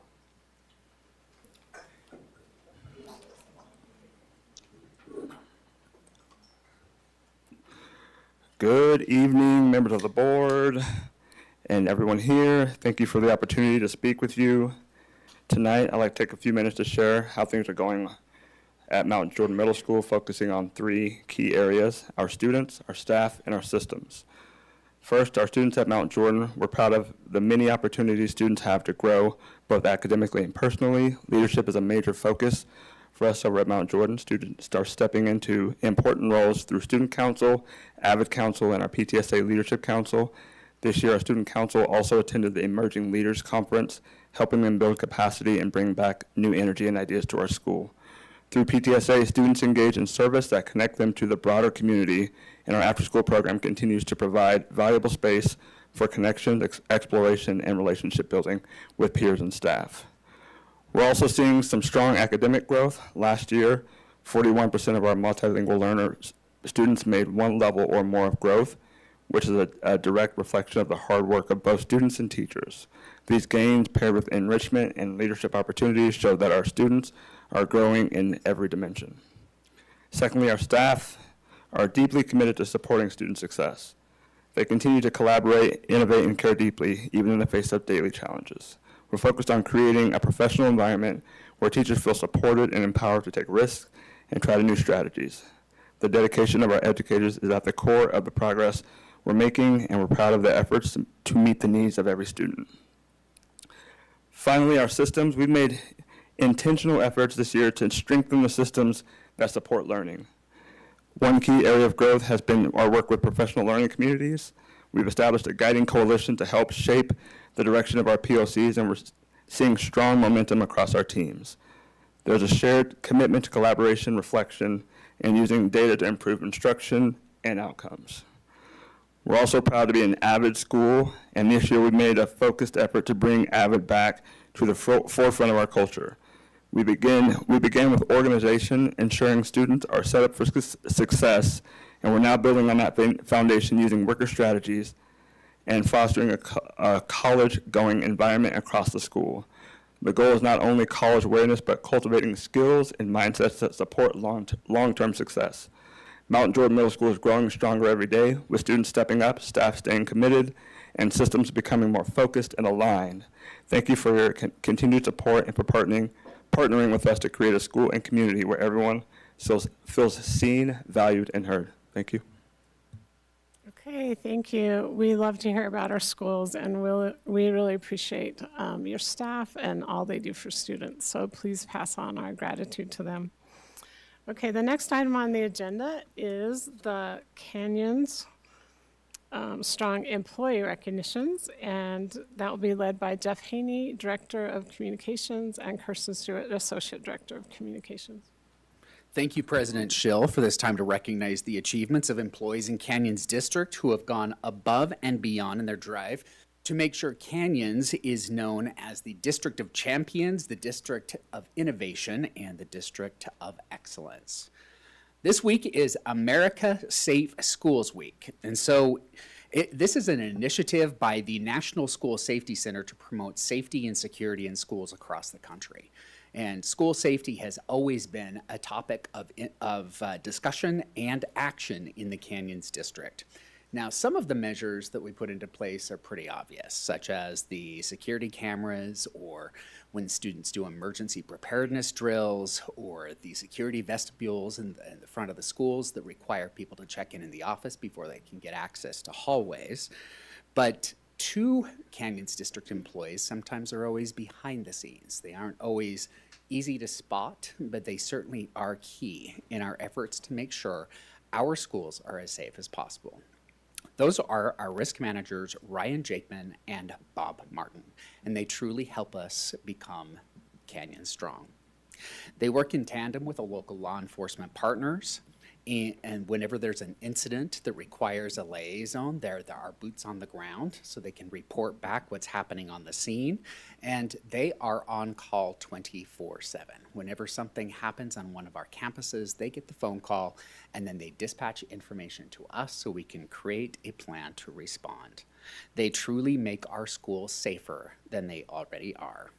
Ryan and Bob are at the forefront of all of our security measures, and we appreciate all they do for our students and employees.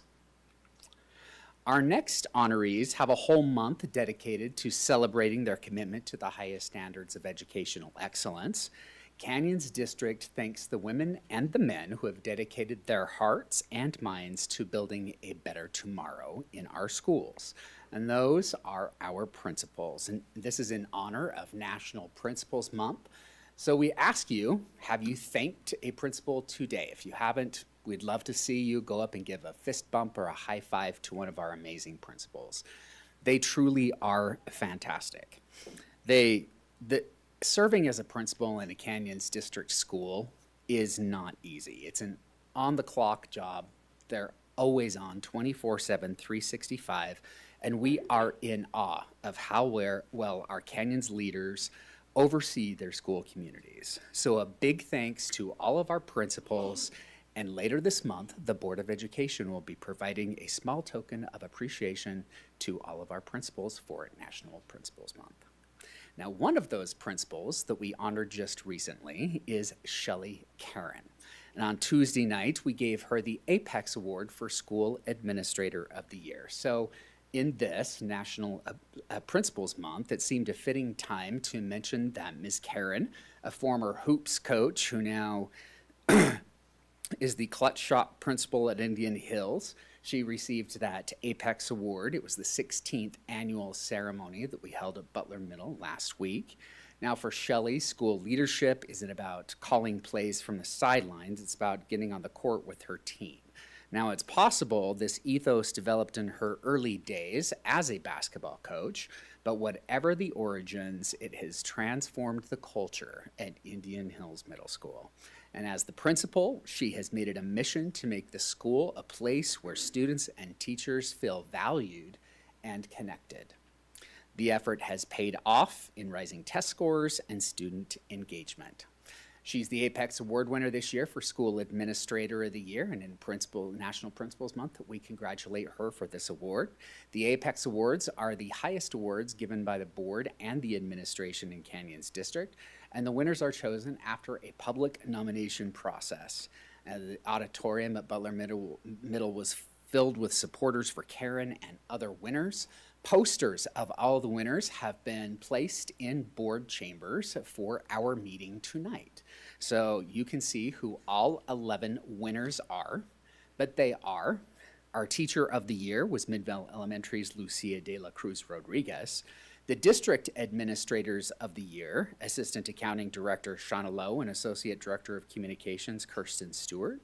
Student Support Services Professional of the Year, Canyons Education Foundation Development Officer Denise Haycock.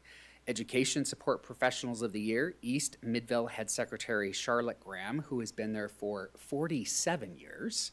And Corner Canyons Head Secretary Kathy Hilton, who's been there at Corner Canyon since day one. Our community partner of the year is Jordan High's benefactor, Dan Jorgensen, and elected official of the year, Draper Mayor Troy Walker. Our volunteer of the year, Eastmont's Trevin Cole, our legacy award winner, Nancy Tingy. So congratulations to all of the winners. They certainly make us Canyon strong. Now, this week's focus on safety extends to our transportation department. It's National School Bus Safety Week, and Canyons joins districts across the nation in recognizing the vital role that our bus drivers play in keeping students safe every day.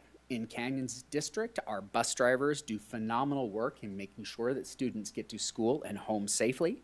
Our transportation professionals are trained to uphold the highest standards of care, attentiveness, and professionalism on every route. We also want to give a big shout out to Carl Banks, the shop foreman, and Troy Shipley, the shop lead. Both Carl and Troy have been instrumental in making sure our fleet is safer and more reliable. In past years, our transportation director, Jeremy Wardle, tells me we've had to replace or rebuild up to 5 engines a year.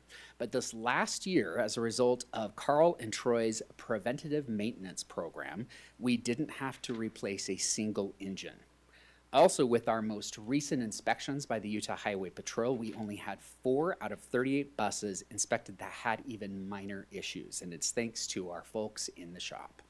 Transportation Director Jeremy Wardle credits all of this to Carl and Troy, their leadership and their hard work. Now, we also want to give a Canyon Strong recognition to driver Jeff Deal. This was a Canyon Strong nomination we received from one of the school administrators who was on a bus with Jeff recently from Silver Mesa. The administrator said, "Today, one of the students he drives was having a challenging day, and I had the opportunity to ride the bus home with him. Jeff was so kind with all of the students. He showed my students so much dignity and respect. I believe his approach to the students on his route was 100% authentic. Not just for show, because the principal was on the bus, it was beautiful to observe. Additionally, he graciously agreed to drive me back to the school after the route ended so I wouldn't need to arrange for a ride. I was so impressed. Please pass on my gratitude to him. He's a great asset to the Canyons District community." Jeff Deal, thank you so much for going above and beyond. You are recognized by one of the Canyons District principals. Tomorrow, we've lined up a news crew from Fox 13 to talk to Jeremy about our bus drivers and how they focus on safety for School Bus Safety Week. We are sure that he will represent Canyons well in this story that will air on the nightly news. Our next Canyon Strong honoree is the Instructional Support Department's Digital Teaching and Learning Specialist, Emma Moss. Emma was a finalist in the Women's Tech Council's Women Tech Awards. This is an impressive group of women who have brought technology innovations to our state. Emma was one of 21 finalists for this award. We congratulate her for her hard work, especially in what she's doing in AI and instruction with AI in canyons and around the state. Now we're headed into fall recess in just a few days, and the Friday night lights will shine bright on the Alta Hawks, who will face my alma mater, the Roy High Royals, on Friday. That's the first game in the postseason, so good luck to the Hawks. We also have amazing athletes competing in 4A, 5A, and 6A cross-country races in the volleyball tournament starting on October 27th. The curtains also are about to go up on the fall theater productions. Alta is doing Hadestown. Brighton and Jordan are both doing Cinderella.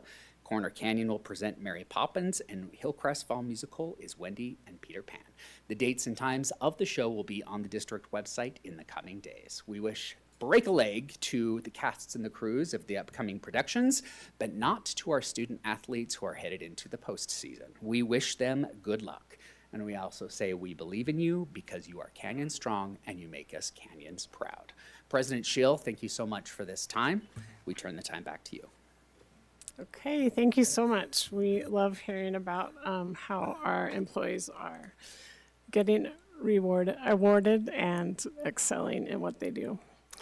So we have now come to the patron comment portion of our meeting. The board often designates time in meetings to listen to the patrons of the district. Patron comment time is limited to residents and taxpayers of Canyons District, students and parents of students, and current employees of the district. Patrons may provide board members with written documents, and these documents must be submitted to the board secretary, she's right over there, at the meeting, or emailed to the Office of Public Communications by noon the day following the board meeting. Tonight, because we want to give everyone a chance to speak, we will give individuals 2 minutes, and those representing a group will be given 3 minutes. Comments made during patron comment time are part of the public record. It is the board's practice to listen and take notes during patron comments. The Board of Education does not discuss matters that are not on the meeting's agenda, nor engage in public comment on individual students to protect their privacy or employee issues. If a patron wants to comment on a district employee's character, professional competence, or mental or physical health, the board requests that those comments be submitted to the board in writing. However, if the patron determines to verbally comment on those personal issues, the comments need to be civil and refrain from personal attacks, insults, and defamatory or slanderous comments about an individual. The Board of Education values input on all sides of issues. To maintain decorum and respect, we ask that those in attendance refrain from applause and other types of demonstrations during the patron comment time, as well as throughout the meeting. So I'm going to call 2 names at a time, just so you know you're going to be up next. And please correct me. Please say your name and correct it if I say it wrong when you come up. And I need to put on my glasses so I can see. Okay, first is going to be Adriana Velasquez, and she's representing a group. Then Jared Herbert. Okay, do I have to push this? Okay, my name's Adriana Velasquez. I teach 3rd grade at Granite Elementary, and I'm also the parent of a child who is on the autism spectrum. When my son had to change campuses, the transition was deeply emotional for both of us. It took months before he felt comfortable in his new surroundings, and even longer for me to stop worrying about his safety, whether he felt understood, and whether he was truly seen. That experience showed me how deeply change affects children like him. At Granite, I have seen what stability and belonging make possible. Our essential elementary curriculum students have gained confidence because they are surrounded by familiar faces, predictable routines, and genuine friendships. Those outcomes are not accidental. For 15 years, our staff, students, and families have worked together to build a culture of care and connection, a community. Every day, I watch Gen Ed students invite their EEC classmates to sit with them at lunch. I see peers give up recess to volunteer in the EEC classrooms, learn to communicate with nonverbal classmates, and choose kindness again and again. I watch EEC students take the stage in our Schoolhouse Rock program, performing proudly alongside their peers with roles that matter and are celebrated. Recreating a community or inclusion program like this anywhere else is possible, but it will take a very long time. Building what we have at Granite required time, consistency, and trust. You can feel that the moment you walk in. This is not merely a program, it is a community. Mr. Wilcox has reminded us how important it is to keep communities together. The original proposal made it clear that Park Lane would retain 100% of its Gen Ed community, and Granite's Gen Ed community would be divided. Our EEC program would remain intact. I am deeply saddened that the district is now considering removing our EEC program. Doing so would unravel years of relationship building and the safe, inclusive environment our students depend on. I respectfully ask you to reconsider and preserve the EEC program so that this community, built on trust, care, and shared pride, can continue to thrive. I understand this is a difficult decision, and I recognize that change can bring meaningful benefits. I am hopeful about the opportunity to work with a larger team and would welcome reduced workload. Every day I tell my 3rd graders that they can do hard things. I hold myself to the same standard and will meet this change with dignity and grace. Please remember that Granite has done sustained, careful work to make inclusion real. Please do not dismantle what has taken years to grow. These students and their families have found a place where they belong, and they deserve to keep it. Thank you for your time and for listening to those of us who live this every day as educators and as parents. Okay, thank you. Jared Herbert, then Talmadge Reed.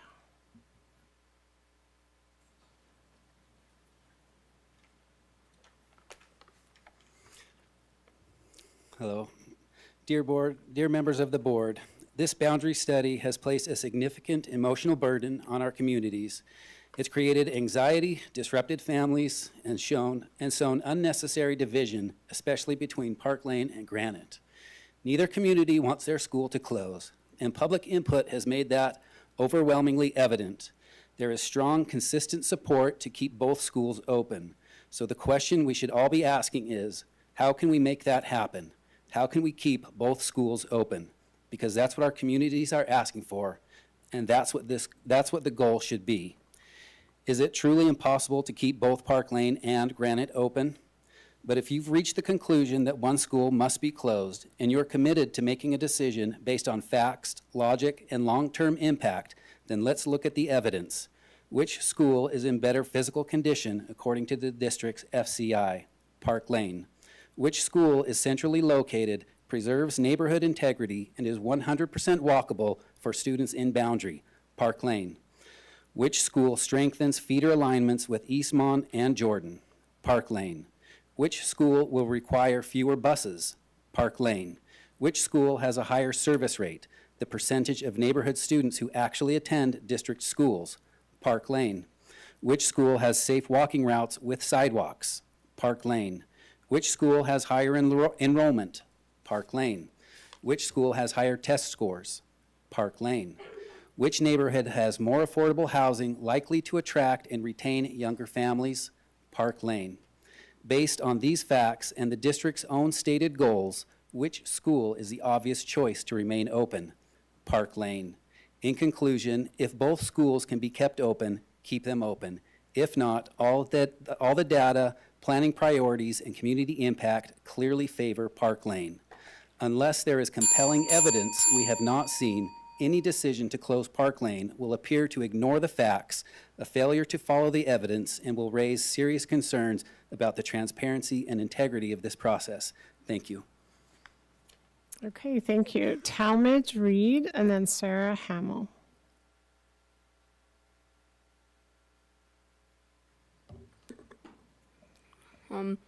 Hi, my name is Talmadge Reed. I'm a freshman beet digger at Jordan High. I'm proud to be a second-generation beet digger. My mom went to Park Lane, Eastmont, and Jordan, and one of my great-grandfathers graduated in Jordan's very first class in 1907. 100 years later, in 2007, my mom graduated from Jordan. And now here I am, starting my journey as a beet digger. My path to Jordan has been a little different. I started at Park Lane, then Eastmont, then Albion. Most of my peers continued on to Bryan, but I chose to come back to Jordan because I heard such great things about the baseball program and Coach Fife. Being part of basketball and baseball this year has already given me a strong sense of community and belonging. But when I first stepped on the Jordan's baseball field, I was honestly disappointed. I've played on a lot of fields with my club team, and I've never seen a high school field in such bad condition. Recently at practice, we even found a dead cat in the opposing team's dugout. That's not something any player should ever experience. Jordan baseball is one of the best programs in the Valley. Players come from all over to be part of it. None of us are asking for anything extravagant. We just need a safe, well-kept field that matches the pride we feel in being beet diggers. Thank you for your time and supporting Jordan High.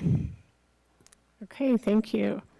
Sarah Hamill, and then Emily Hansen.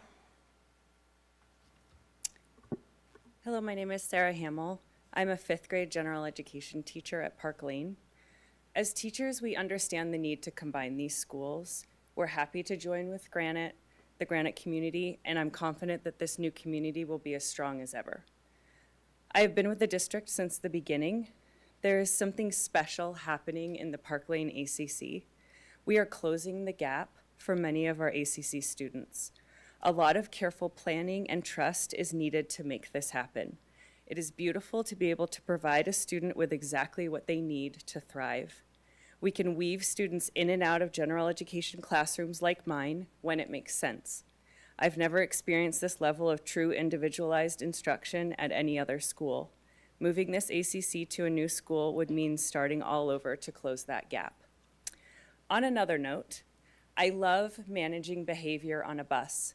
Said no teacher ever. I would like to advocate for a walking school. This board has backed a whole child framework that supports behavior, social emotional needs, and removes barriers to learning. The social emotional needs of children today are more important than ever. It has been proven repeatedly that 3 things improve social emotional health: exercise, relationships, and being outside. I'm asking you to make the least number of students ride on a bus. There are so many problems on buses from a teacher's perspective. I have taught at schools with buses, and problems from the bus come into classrooms and affect learning. Please help us minimize this. It never gets old watching students walk and ride bikes to school. They build relationships with their family and friends. These positive interactions make them emotionally healthy and ready to be at school. Okay, thank you. Emily Hanson and then Juliet Palmer.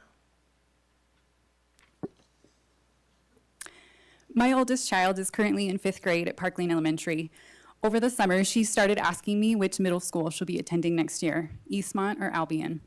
Since then, she has frequently come home from school with updates about which middle school her peers are choosing. These kids are already feeling a division and anticipating the loss of some of their classmates next year.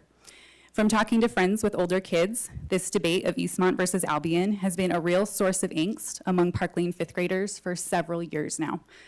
In the board meeting on September 2nd, we heard board member Lewis speak of his own experience and how hard it was to be a student at a split elementary school. So many of the boundary adjustments you've proposed across the district are to align middle school and high school feeders. And yet, the proposal to combine Park Lane and Granite would create a school that splits right down the middle. So much of the focus has been on which building to keep, but I'm concerned that regardless of which building is kept, such a school will never feel unified. I'm concerned the division of Eastmont versus Albion families will be felt from the earliest grades. I'm concerned the proposed split school sets our communities up for perpetual angst and division.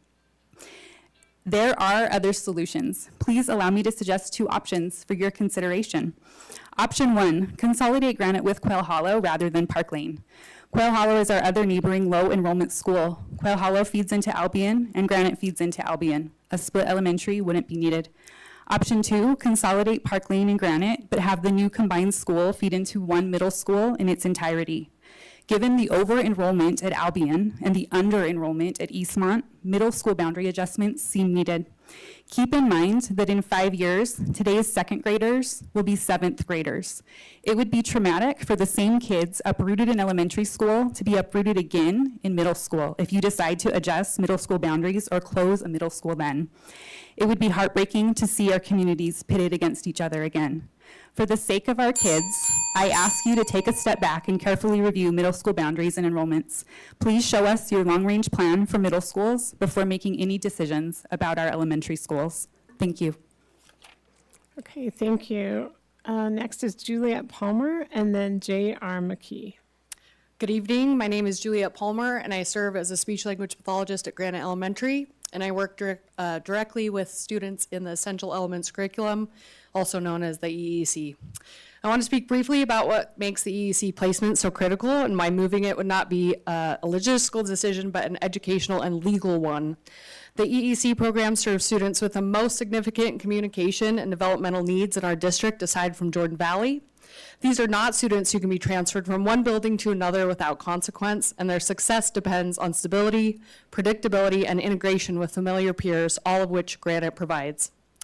Under the Individuals with Disabilities Education Act and Section 504 of the Rehabilitation Act, a student's placement must be determined by their individual education program team and based on the least restrictive environment, the setting where they can learn alongside their peers to the greatest extent possible. At Granite, our EEC students spend up to half their day in the gen ed classrooms, and that is what inclusion looks like when it works. Relocating the program would alter the environment and reduce those opportunities, which, under IDEA, would constitute a change of placement requiring formal IEP review and prior written notice for every affected student. Beyond compliance, this is about preserving a program that fulfills the law's intent not just access to education, but access to belonging. That can't be replicated in a new building. It has taken years of collaboration, training, and trust between teachers, families, and students to build what exists at Granite today. Granite Elementary is ADA compliant, inclusive, and effective. To remove these students from an environment where their rights, access, and progress are protected would be a mistake legally, ethically, and educationally. I urge the board to do what is lawful and to do what is right. Keep Granite open and keep the EEC program at Granite Elementary with the community that already includes every child every day. Thanks. Okay, thank you. Now we have J.R. McKee and Emily Wright will be next. Thank you. My son, Max McKee, is a sophomore at Jordan High School and is on the baseball team with these incredible young men to my left. He is a transfer student and came to Jordan specifically to play for Coach Fife and to play with a group of boys who have embraced him so quickly and so well. And the needs that I found in coming from our old school by comparison were great when it came to the facilities. The new field house is going to be amazing, and none of these boys can wait to be able to work out there. However, the outdoor facilities that they're dealing with currently are in need of much help. We know of tragedies that happened last year around the school, not on the school property, but stadium lights, the baseball field that had been on, may have prevented something like that from happening. We know that the warning track is, the only warning is to not get near it, otherwise you may lose a shoe in the bog that it is. But the opportunity to correct this, especially as they now ascend to the highest level of play that Utah offers at 6A for this school of this size to be playing 6A baseball is a big deal.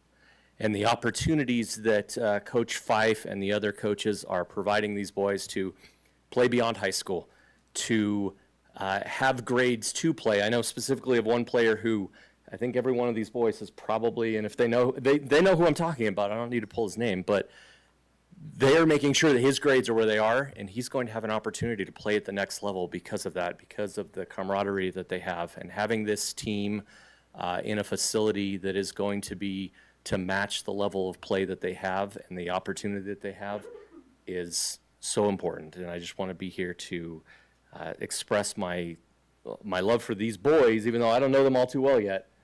But the way that they've embraced my son has been bar none. Thank you. Okay, thank you. Emily Wright and then Monica Colognes. I can't quite read that, so correct me when you get up here. All right, ladies and gentlemen of the board, thank you for this opportunity to address you. My name is Emily Wright. My son, Henry, is a 6-year-old boy with Down syndrome. He's nonverbal, and he is fed via G-tube. He attends Taylor Schwalbe's first grade class, her EEC class at Granite Elementary. I acknowledge that you, as the board, have the unenviable task of addressing the boundary changes for the school district. While no one wants to see their own school close, I also acknowledge that we have many great schools in Canyon School District. My 4 older children attended Willow Canyon. We have dear friends at Park Lane and other elementary schools. Whatever decision is made, I commit to unity and friendshipping. My purpose in coming today is simply to advocate for long-term, consistent placement for our EEC students. Should Granite's EEC be moved to a different school, this will be Henry's 4th school. I would love to see a scenario in which our EEC children can attend all of their elementary years in one inclusive school in which they can develop deep friendships with their peers, aides, and top-notch teachers, and that they will then be able to move on to middle school and high school with these same peers, to please look at the middle school and high school trajectory for them. To this point, Henry has never been able to attend a school with his siblings or with his neighborhood friends. Being able to at least have a consistent peer group at school would be invaluable. As with all children, but especially with special needs children, consistency is key to development. To learn to speak, to eat, to play with friends takes Herculean effort on Henry's part, never mind whatever energy and focus it takes to adapt to new environments, new routines, and new faces. Henry is now in Taylor's class for his 2nd year. His progress, though small, is profound. The consistent love and education he has received from this teacher has had immeasurable impact on his overall well-being. Take, for example, last year, Henry, who has heart and lung disease, was hospitalized twice, once in the ICU. During his hospitalization, Henry's oxygen levels simply would not improve enough for him to be sent home. His teacher came to visit and sit by his bedside, something she has done for many other students. Upon seeing Taylor, medical staff noted the jump in Henry's vital statistics. He improved quickly and was soon released. I cannot emphasize enough how consistency in his life helps him, and I ask that you just look into the future. Let the EEC kids be in one school to go to the next school with their peers and onward. Thank you. Okay, thank you. Monica and then Ian Buchanan. Monica Kelmies, but that's all right, no worries. That was the first, though. I'd never heard that one before. I'm a mother of 4 and a current crossing guard at Park Lane Elementary. My youngest is in 4th grade, so this decision of which school should remain open doesn't affect me for very long, especially considering I will likely stop being a crossing guard once all my children have moved on from Park Lane. I love Park Lane, and I love Granite. My best friend's children attend Granite, and some of my favorite teachers, staff, and students are at Park Lane. I hope to point out some reasons that combining with Granite would be awesome, but also while using the Park Lane building would be beneficial. There's currently a community being bused to Granite that could send their kids walking to Park Lane because of its central location. There are sidewalks and crosswalks for those students, eliminating the need for that bus. Not only that, but there are other families that permit to Granite that could send their kids walking if we use Park Lane building. Park Lane is a walking-friendly school. If the Granite building is used, the Park Lane students would need 4 additional buses to get there, increasing the amount of buses by almost double, thus increasing costs by an estimated $48,000 per year per bus. Granite already buses a good portion of their students. They can easily be bused to Park Lane with minimal impact, while also saving money that could be allocated to other important programs, either at Park Lane or other schools in the district. But it's not only about the cost, it's about the people. As a crossing guard, I get a front row seat to the benefit of children walking and riding their bikes or scooters. I see parents get out and meet each other, talking as they walk. I see people interacting more because they are walking. Obviously, there are those that will be driven and bused regardless, but I do believe there's a great benefit for the community to have the opportunity to walk to school each day. You won't be on the school board forever, and we won't have kids in elementary school forever. Let's make a decision that is better for the next generation of our neighborhood community and choose the more centrally located school that will have significantly higher numbers of walking students and parents. In the end, I know the decision you have is a difficult one. There are so many of us on both sides. We all want what is comfortable and familiar, but it is my hope that whatever is decided, that regardless of the outcome, as parents and community members, we will be supportive for the sake of our children. Okay, thank you. Ian Buchanan and then Morgan Hecking.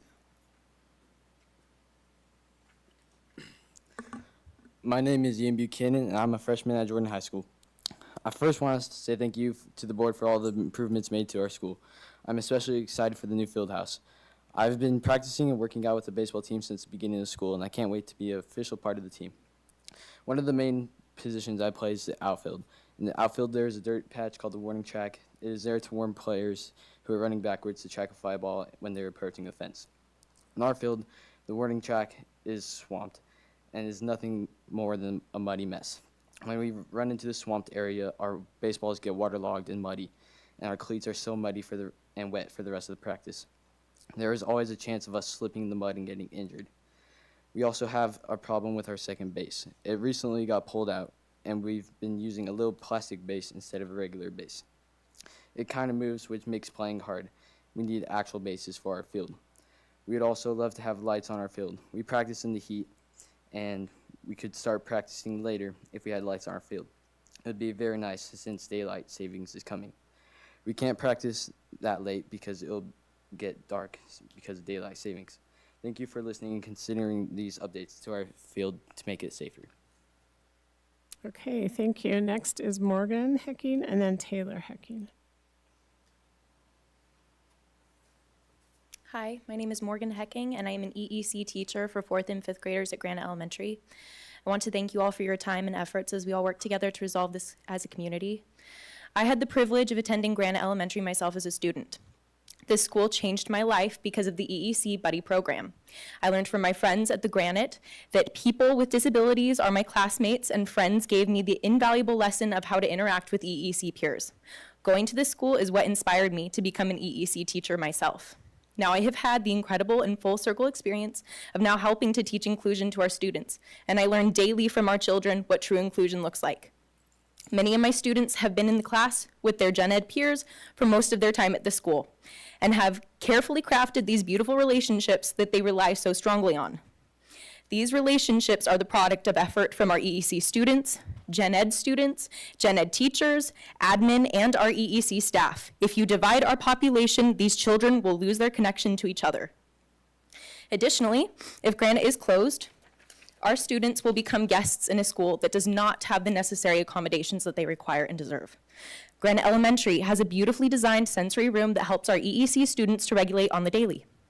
Granite Elementary has a playground with inclusive equipment and fences for safety that allow our EEC students to attend recess with their general ed peers. Granite Elementary has an EEC designated restroom that is designed to provide privacy and support when helping our children use the restroom. Granite Elementary has a safe and accessible parking lot that allows our EEC students to get on and off the buses safely and quickly. I implore you to listen to reason and recognize the many benefits of keeping Granite Elementary open and allowing our EEC department to stay where it is. Thank you. Thank you. Taylor, and then Jessica Smith.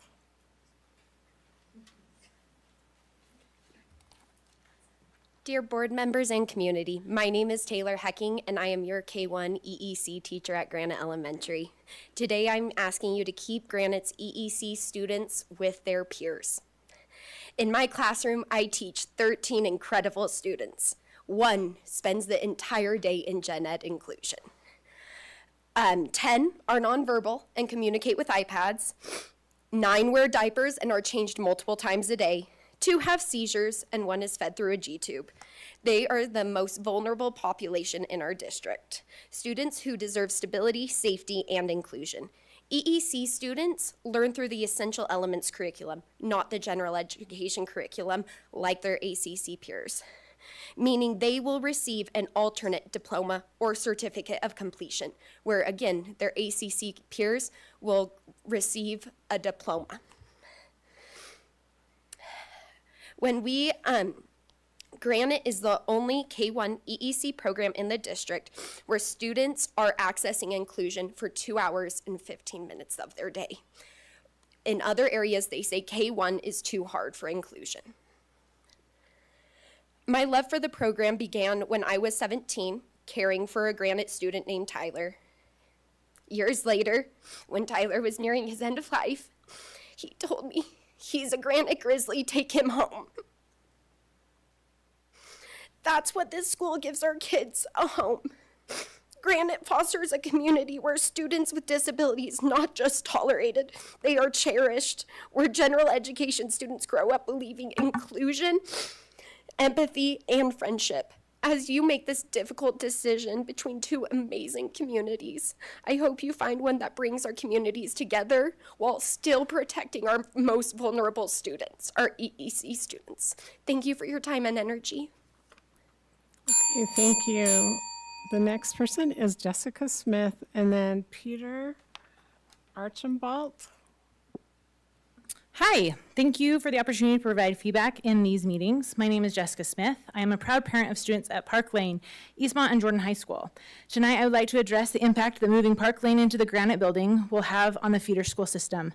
One of Park Lane's pillars of success is parent investment. Many programs have been started and maintained for multiple years through different parents because a parent thought it was important and started it. Things like choir, orchestra, STEM night, and Girls on the Run are a few.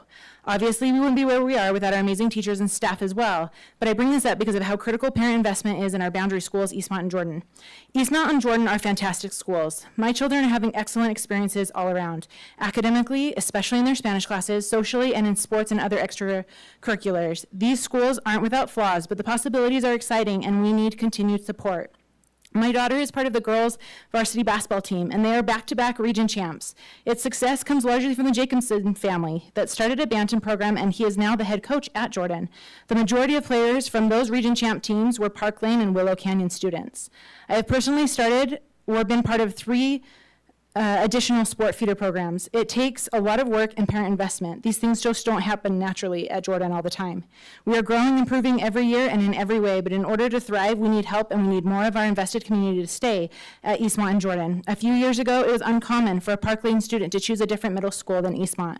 However, each year, more and more students are choosing to permit into different middle schools. That's very alarming. But you can see the trend at Jordan as well. It was a 6A school just a few years ago, and now we are 4A, while every other high school's enrollment is much higher. Having us combine into the Granite Elementary building, a location that is already naturally affiliated and in boundary for the Albion and Brighton, could be fatal to Eastmont and Jordan. Taking a poll of families in our area that have chosen to go out of boundaries for middle school and high school have said that one of the top reasons is because of their friendships. Naturally, as we combine school, their friendships will have an opportunity to expand. Then breaking up those friendships to try and go to 2 different middle schools will be difficult. I speak today as a reminder to continue looking at the long-term goals for high school and feeder school alignment and opt to gradually transition Granite boundaries into Eastmont and Jordan. Granite and Park Lane are powerhouse schools with unique strengths. I am so excited to see what we can do together. You don't have to look much farther than this room to understand the power that our invested communities have. It's pretty remarkable what we can and will do together. The situation is hard and we understand that sacrifices will have to be made from every school community, but I'm hopeful and ask that we can find a way to align our feeder schools in a way that will continue to bolster Eastmont and Jordan and not continue to diminish its already decreasing enrollment rates. Thanks. Okay, thank you. Peter and then Taylor Burhow. Hello, my name is Peter Archambault. It's okay, nobody gets that right. So I'm a citizen of Sandy, and my son Luke goes to Jordan High School, and like Ian, he's going to be hopefully trying out for the baseball team. He's been working out with the baseball team. I'm also vice president of the Southeast Valley Baseball Association. It's a nonprofit that serves Sandy youth with both recreational baseball opportunities as well as competitive AAA. And I know all of you are aware of the field conditions, so I won't go very deep into what makes it important that we consider some improvements. Drainage is a problem, creates an unsafe environment. The lights, having the kids hang out at a baseball field when, it's dark out and playing baseball is a pretty awesome thing.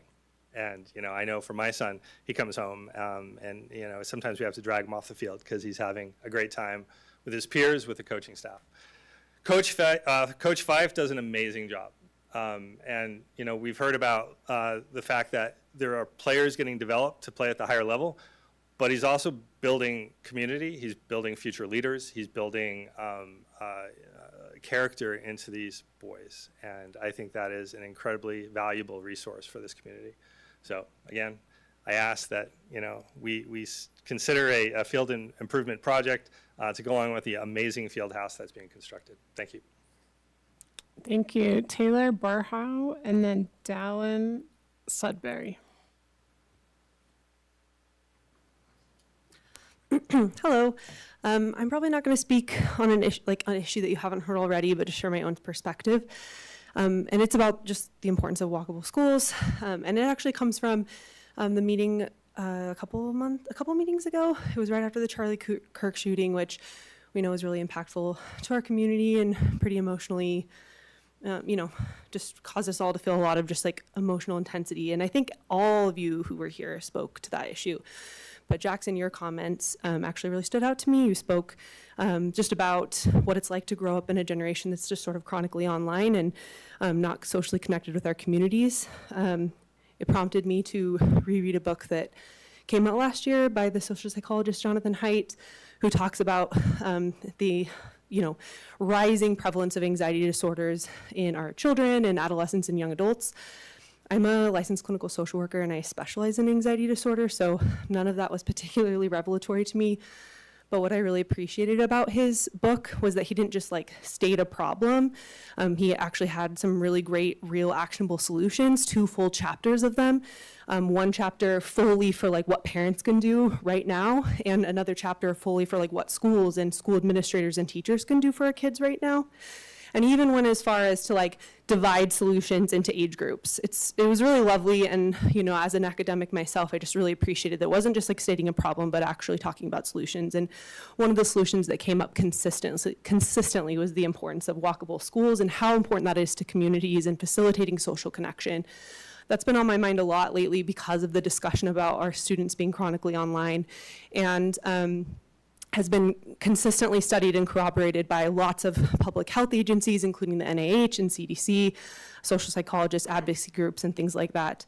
And I recognize that not everyone has that opportunity. I hear all of these parents, at Granite whose kids don't have the opportunity to walk to school. One of my friends, Dallin, is about to speak, and his kids don't have that opportunity. I recognize it's a privilege, and I still think it's an important consideration when you're kind of going through this process. So thank you.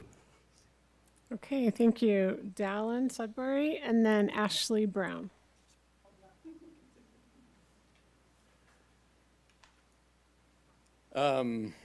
I come representing my two kids that are in the EEC program at Granite.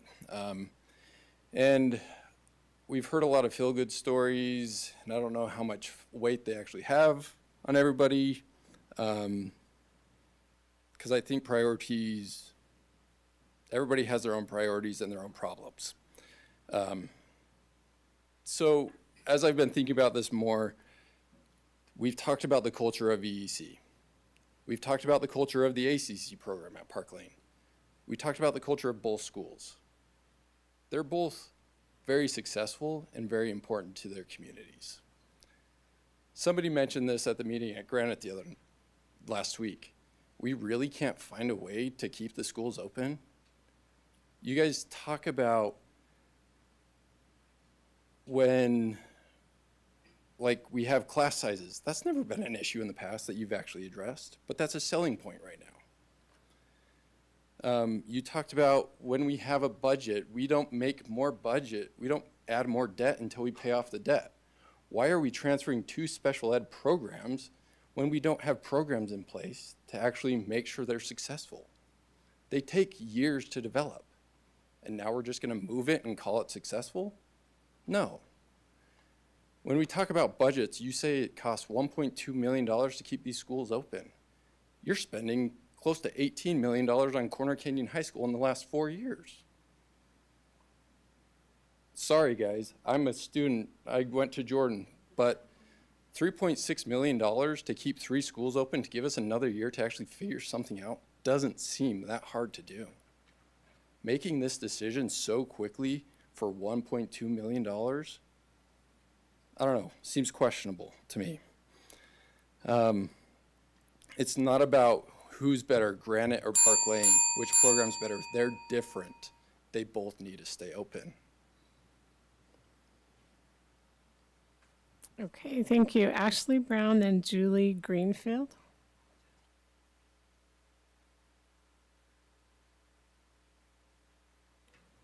Hi everyone, my son Maddox is a 3rd grader at Granite's EEC program. When his friends at Granite affectionately call him Maddie, which isn't something I ever thought that I would be able to say. When he started at Granite, it was his 5th SPED placement in Canyon School District, and we have lived across the street from Park Lane for nearly a decade. I did not think I would ever be able to say that my child had friends, but at Granite, he does.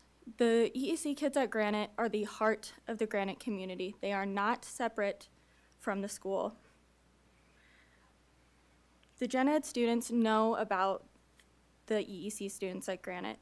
They know how to interact, play, and include their EEC buddies, something most adults go to college many years for, and some seem to never master. Maddox is not only recognized by his Gen Ed peers, but understood. EEC kids are severe, nonverbal, and have rare genetic conditions, and some even shortened life expectancies. Granite kids know that they are valuable, but also fragile, something the adults leading this conversation do not seem to have learned yet. To further agree with Dallin's point, we need to have a place for these kids to go before we can move them, or it can be detrimental to our children. Thank you.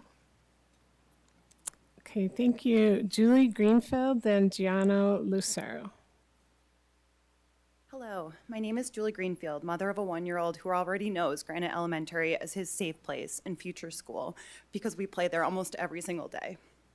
Our neighborhoods surrounding the school are older, but everything cycles. Younger families such as mine are starting to move in, and this will continue over the next 10 years. Has the Canyon School District considered districts in similar situations? Edgemont and Rock Canyon Elementaries faced a similar fate in Provo in 2002, but after a hard-fought battle by parents and community members, the schools were saved, and you know what happened? They needed more space in the schools when the neighborhoods changed. You need to take into account the neighborhood flip effect, which wasn't factored into in the boundary study. Have you seen the Utah housing study published a couple of days ago? It confirms the population in Utah is growing, not shrinking. Why is there such a discrepancy in your boundary study? Where is the extra tax revenue from increased home values going, if not to our schools and our teachers? If Granite Elementary is closed, what will happen to that land? Your website says there are no plans. We emailed the district last week asking about the possibility of a trust to ensure the land is not sold. Your response was incredibly patronizing. It said refer back to our website. Utah law says it only takes 2/3 of the district to sell the land. I hope that's not your intent. 56 people spoke at the Granite public meeting last week against closing our neighborhood school. No one wants this for our kids or our community, other than maybe a developer. After hearing the outpouring of love from the parents and community members, I know Granite is a special place, and I hope it stays open, as schools should be. I'm not losing Samuel's walkable, inclusive school without a fight. Thank you for listening. Thank you, Giano, and then Charles Sumner. Hi, my name is Gianni Lucero, and I'm a baseball player here at Jordan High School. I want to talk about something that affects all of us on the team, the condition of our baseball field. First off, the mound dirt is uneven, and that's not even just annoying. It's dangerous. Pitchers risk rolling their ankles or worse.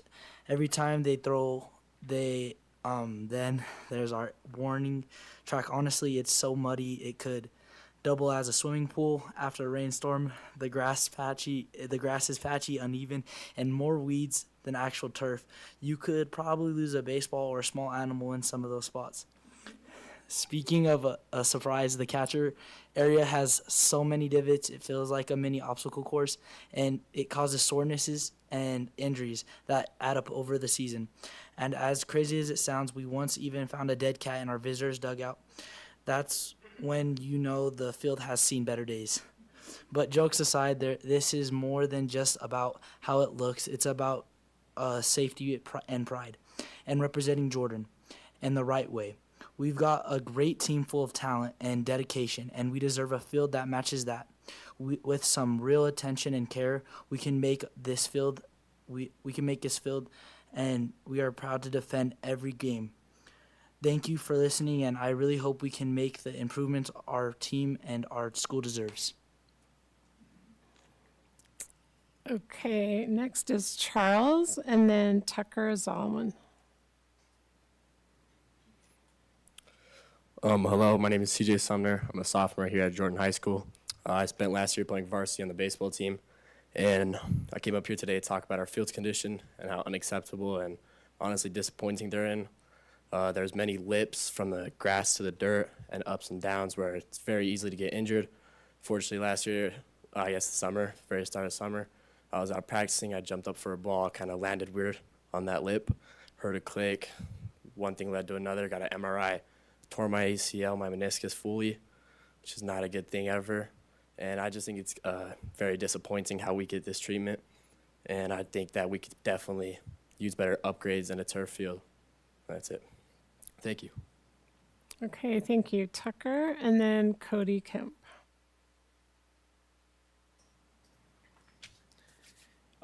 My name is Tucker. I'm a junior at Jordan High School, and I've been playing baseball for 10 years, and I've been at Jordan since I was a freshman. I'm proud to represent our school as a baseball player, and I want to share some serious safety concerns about our field, specifically the ones that impact me most as a pitcher. I was a varsity pitcher all last year and was a big part in our state run.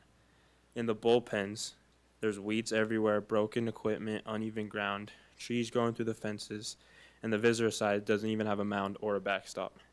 Installing a turf pitching mound in the bullpens and more importantly on the field would provide a safe, consistent surface for pitchers to reduce the risk of injury. The purpose of a warning track is to give our outfielders a few steps of warning before hitting the fence, but ours is only about half as wide as it should be, and it's often flooded or overgrown, which makes it dangerous instead of protective, defeating its main purpose. This becomes a major injury hazard, and especially when players are sprinting full speed towards the fence.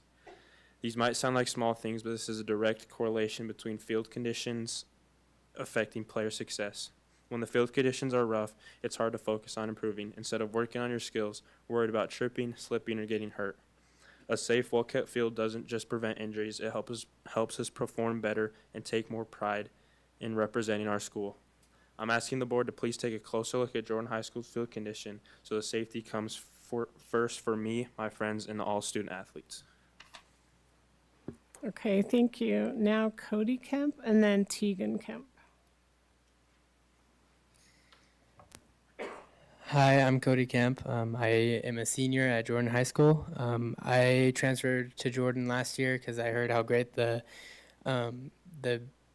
baseball program was, and I've learned so far that it's what everyone talks about. I've had a lot of fun, and I've been accepted pretty fast. And the only downside to coming to Jordan was the field, and I've gotten injured many times from ground balls moving in directions you can't tell because of how uneven it is. And there's also a huge lip at second base that dips down into the grass. I've rolled my ankle there a couple times, and it's uneven throughout the whole field, and it has hurt my feet many times just running in the outfield. And also at second base, the dirt doesn't hold water very well, and it gets really muddy there, and it doesn't go away for a couple days. And thank you for your time. Thank you, Tegan, and then Sarah. I'm gonna let you say your last name.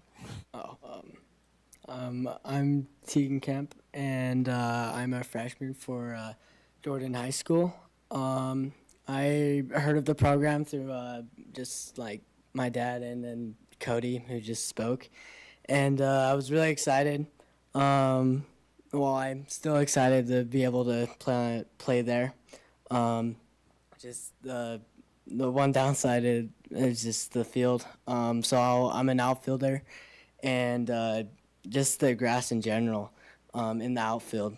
You're going for a ball that's just a routine play, and all of a sudden it can hop up and hit you straight in the face, maybe causing you to break a nose or worse.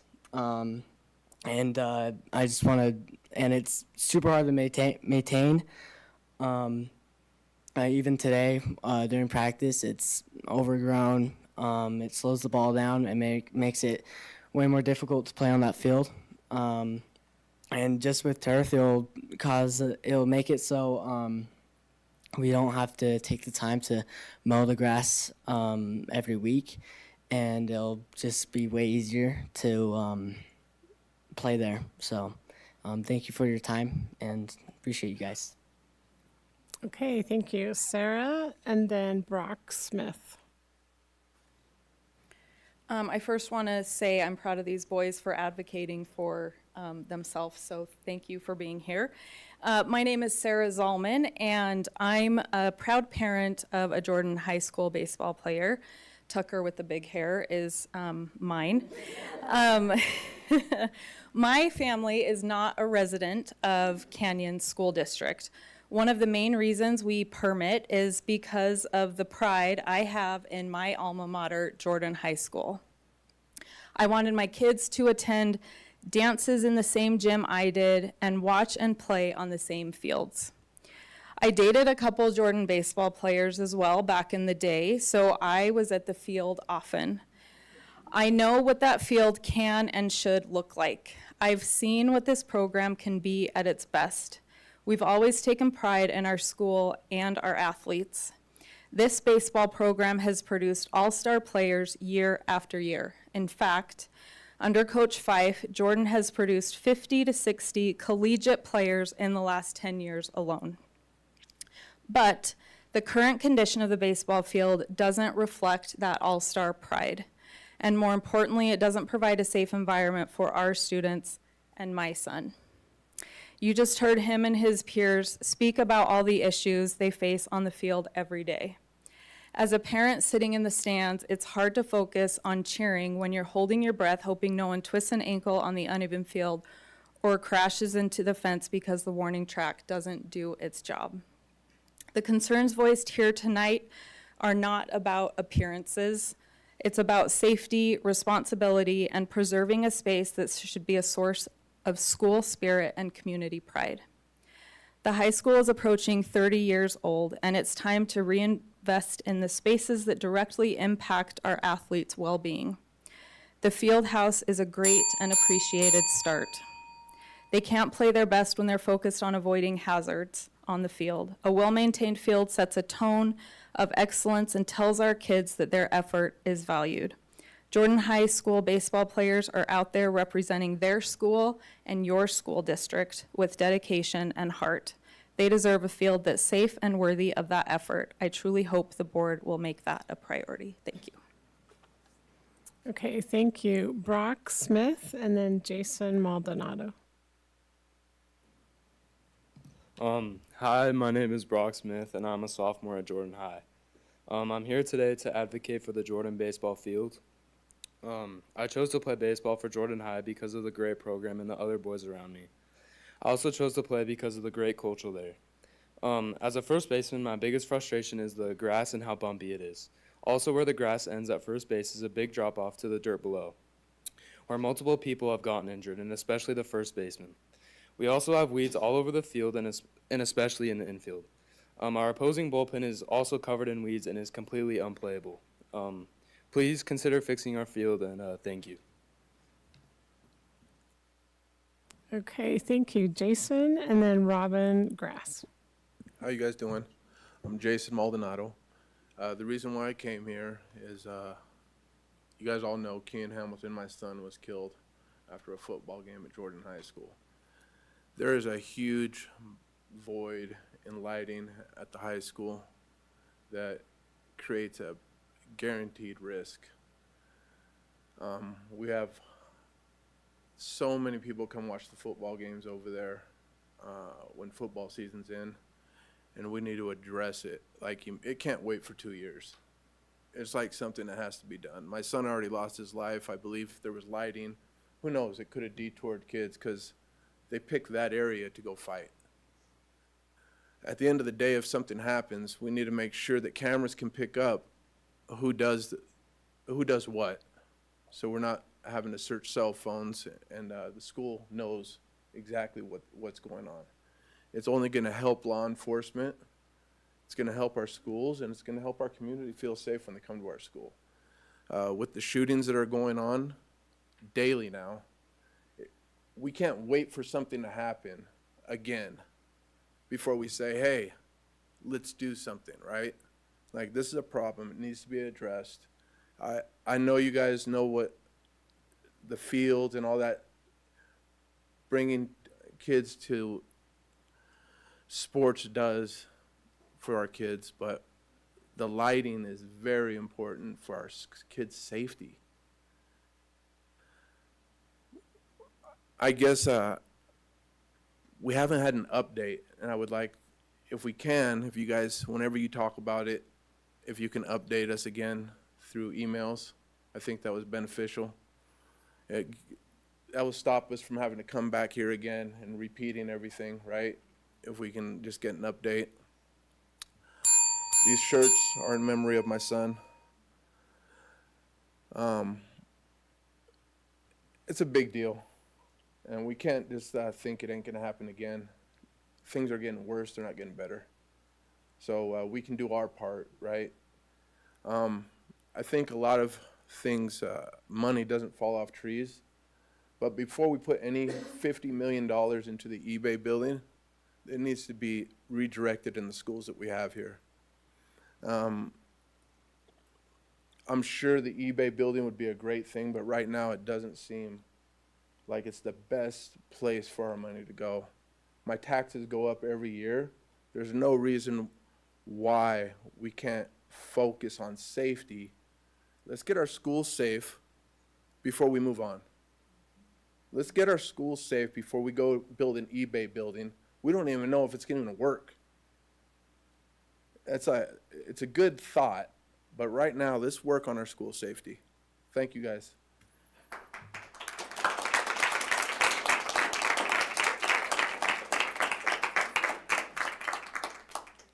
Okay, thank you. Robin Grass, then Laura Anderson.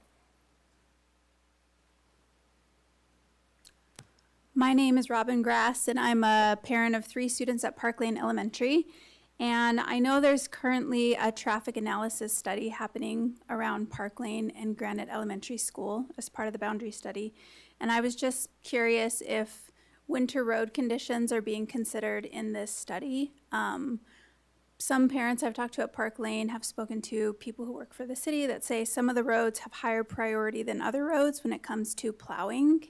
And if those who are doing the study are looking into when certain roads would be plowed and how that might affect late start or snow days, and also how the canyon traffic might impact parents and the extra buses if they're going to Granite Elementary School, getting to the school, the ski traffic that often backs up the roads. So just curious if that's included in the traffic analysis study, and if it's not, I think it should be something that is included. Thank you.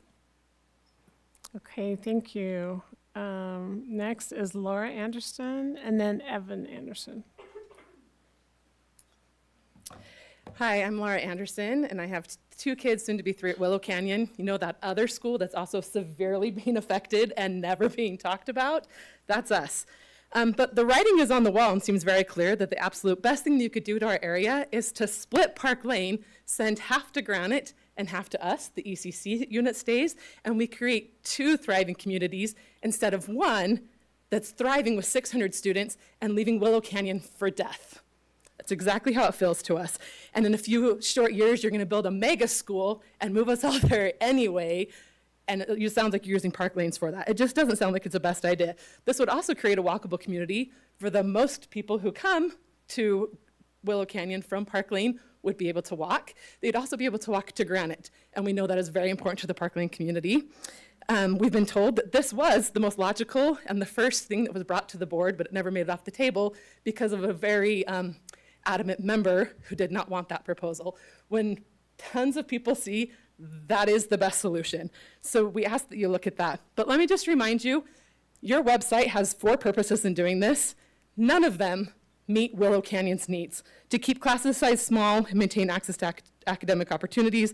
When enrollment drops too low at a particular school, it becomes harder to offer the full range of academic programs, extracurricular activities, and services that families expect and students deserve. So everybody else deserves that except Willow Canyon? Got it.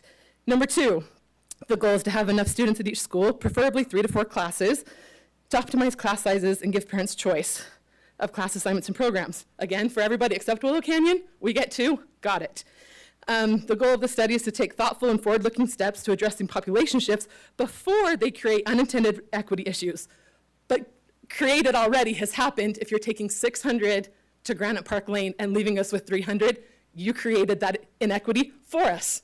Thanks for nothing, actually. And Canyons is committed to being a good steward of public relations and using taxpayers' money properly. Building the multi-million-dollar school would be completely unnecessary if we had 2 thriving schools that could fluctuate up and down. So I just want to say, please remember us as Willow Canyon. Making us a magnet school is not going to work. That takes years to get brought to fruition. And as Leon is going to present in a little bit, having 12 teachers is not the goal, yet that's where you have left us. So please remember us, and everybody here, please remember us. We're great. We want you all to come with us. We'll accept anybody, so thank you. Okay, Evan Anderson, and then Julia Sorensen. My name is Evan Anderson, and I am a student at Willow Canyon Elementary. I am in 5th grade, and I have been learning how to write persuasive essays. I'd like to read one of my essays to you tonight. First of all, I heard my mom talking about how they're dividing the students in our area. She said that there are about 300 students at Willow Canyon and 300 students at Park Lane and 300 students at Granite Elementary. I know that they have been talking about closing one of our schools in our area. It looks like there are about 900 students who need to be divided into 2 schools. 900 divided by 2 equals 450. However, I heard that the board thinks that the best way to split 900 students into 2 is giving one school 600 students and leaving our school with 300. This is not fair for 3 reasons. Number 1, Willow Canyon has been ranked in the top 10 schools for the past several years. We are currently rated number 7 out of all the schools in Utah. It's the only school in Canyons that is in the top 10. Number 2, having more students gives me and my friends the opportunity to make more friends. It also gives us more teachers that are at the school, so we can get to know more people and learn different things. Number 3, if our school gets too small, we will have to close.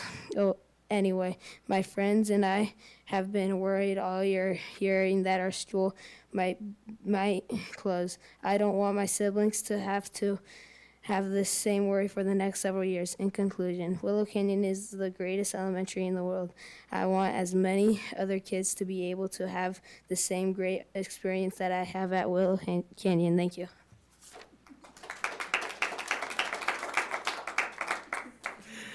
Thank you. So right now is Julia, and then Jeff starting with an F. I'm not even going to attempt that last name. Sorry, that persuasive essay is going to be very hard to follow. I should go back to 5th grade, but my name is Julia Sorensen, and I currently still have students at Brighton High School, Albion Middle School, and 2 and 4th grade at Granite Elementary. We love all 3 schools. I would first like to address the discussion regarding possible changes to our feeder boundaries. There has been talk of shifting our area to Eastmont and Jordan, which would be an untenable solution. Our neighborhood has attended Albion and Brighton for more than 50 years. They are an integral part of our community and are also significantly closer to us geographically. I understand there are enrollment challenges at both Eastmont and Jordan. However, moving a small number of students from tiny Granite Elementary will not solve these issues. Currently, 186 students are permitting out of Eastmont and 459 out of Jordan. Efforts should focus on bringing those students back and making those schools more attractive for families to permit into. Things like fixing Jordan's baseball field, rather than redrawing boundaries that disrupt long-standing community connections and make our families travel 2 to 3 times further. In that same vein, I would like to express my opposition to the proposed Granite Park Lane combination. A significant number of Park Lane students already permit into Albion, and that number will likely increase if the 2 schools are combined. A much better move would be to combine Park Lane with Willow Canyon and create a stronger elementary school feeder for Eastmont. Granite could be combined with under-enrolled Quail Hollow, so our students are in a better situation going into Albion. Please prioritize keeping our feeder schools aligned. Thank you. Okay, thank you. Jeff, and then Tristan Farrington.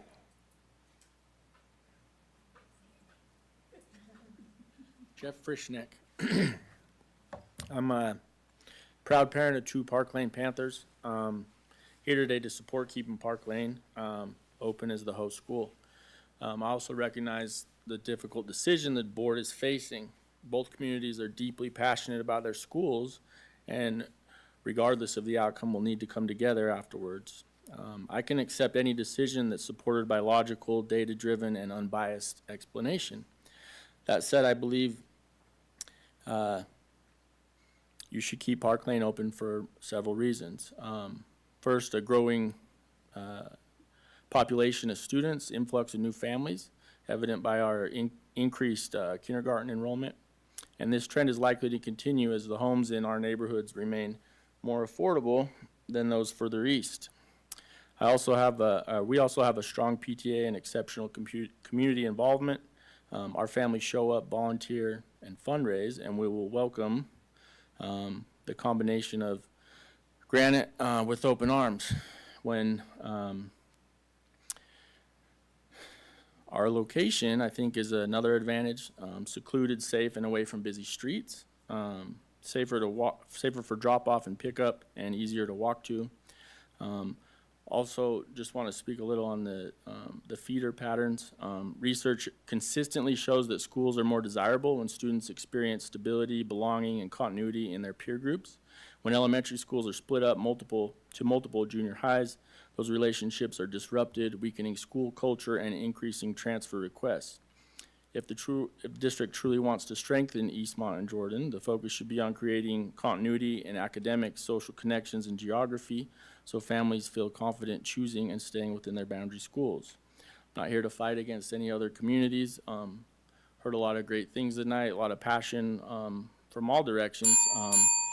Just want to stand up for responsible, data-driven decision-making. And, ultimately, after being here, kind of, if there's any way to keep us both open, that would be best. Thanks. Okay, thank you. Tristan.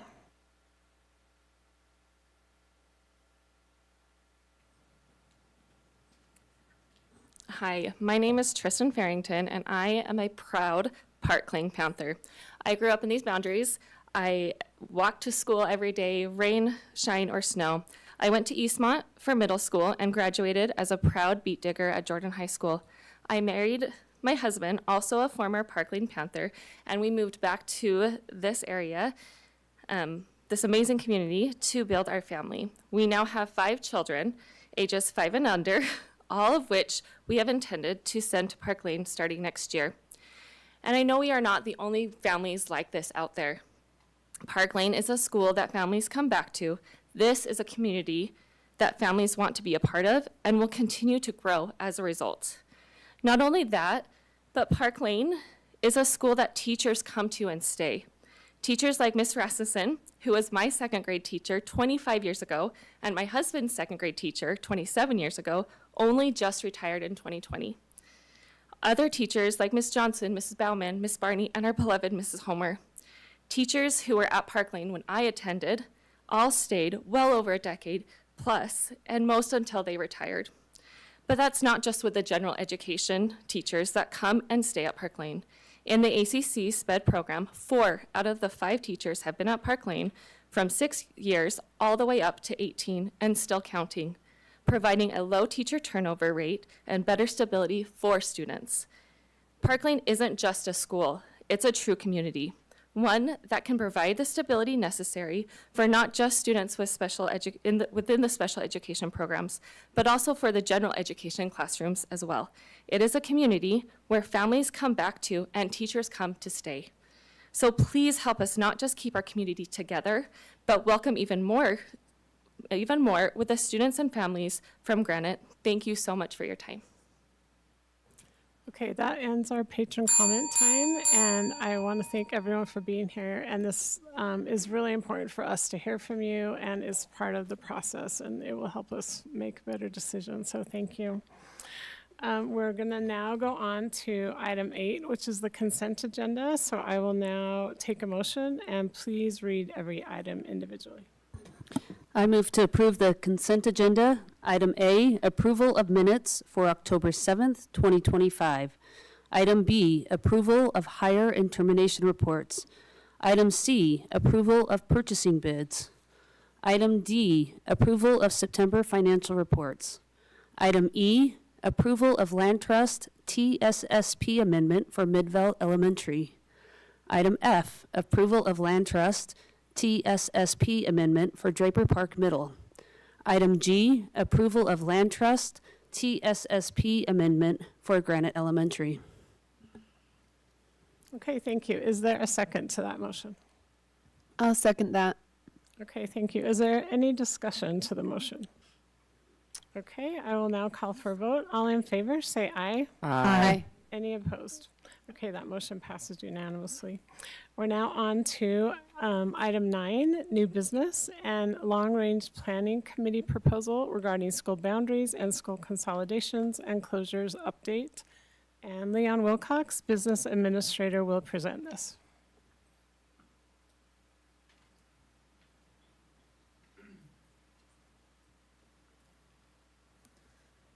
Thank you, President Schill, and thank you, Derek, for putting up that presentation. I know he's still sporting his Utah colors even after Saturday night.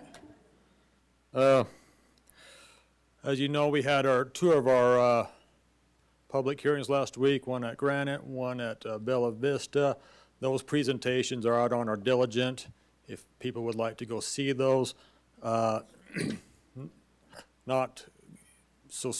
Not going to really recap anything that happened there in the presentations, but just give a couple quick highlights as we're in the middle of these public hearings. Again, this presentation is going to be quite short, just a really quick update here. Oops, is that going?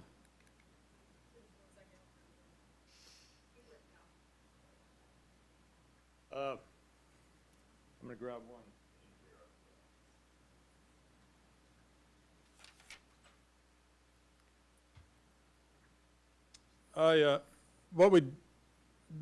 We've been experiencing this elementary decline for quite some time. So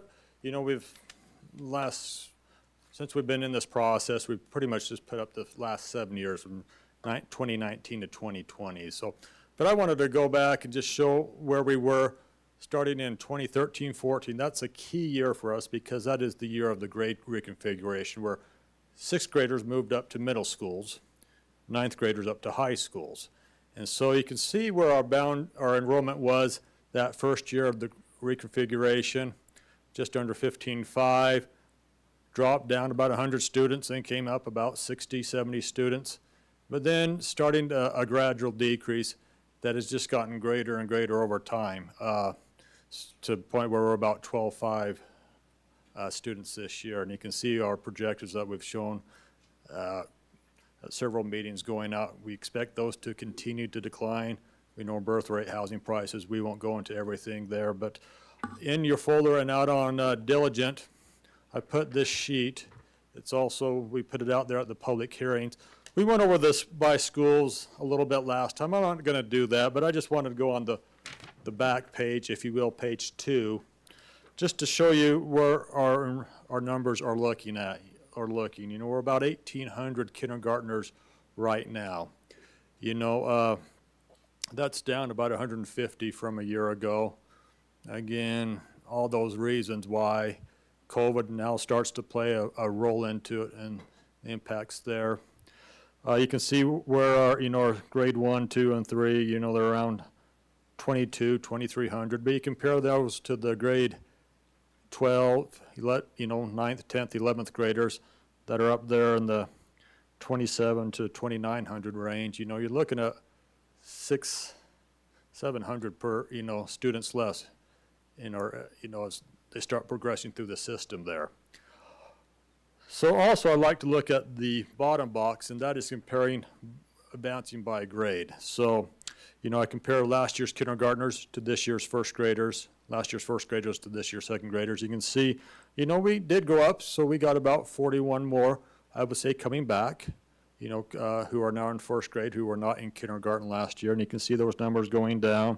We always have a big jump in from 8th graders to 9th graders because that's down in mainly in Draper with the 2 charter schools there, Channing and Summit Hall, stopping at 8th grade, and then the students go to Corner Canyon. That's been a long-standing trend there. So just to put that out there of, where we see our trends going with our enrollments as well. As been mentioned, one of the processes that we look at is maintaining that optimal school size. We've always said we want at least 3 classes per grade, preferably 4.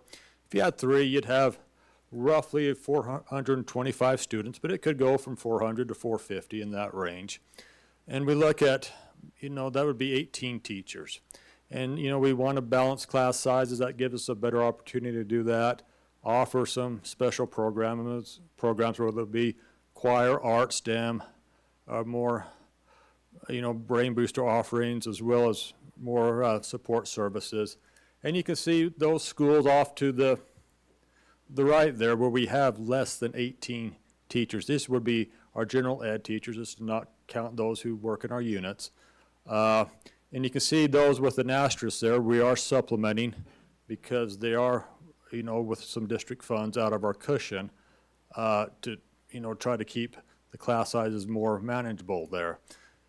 So, and we do know that some schools do use their TSSP funds to fund some teachers as well, but, that's actually dropping because, just because they don't have as many students. And so it's harder for them to fill, to use those funds for FTEs where they want to use them for, intervention services. So you can see that's the issue there with schools. That's why we don't feel like this is just a one-time issue, but it's an ongoing issue that we'll have to look at this process going forward.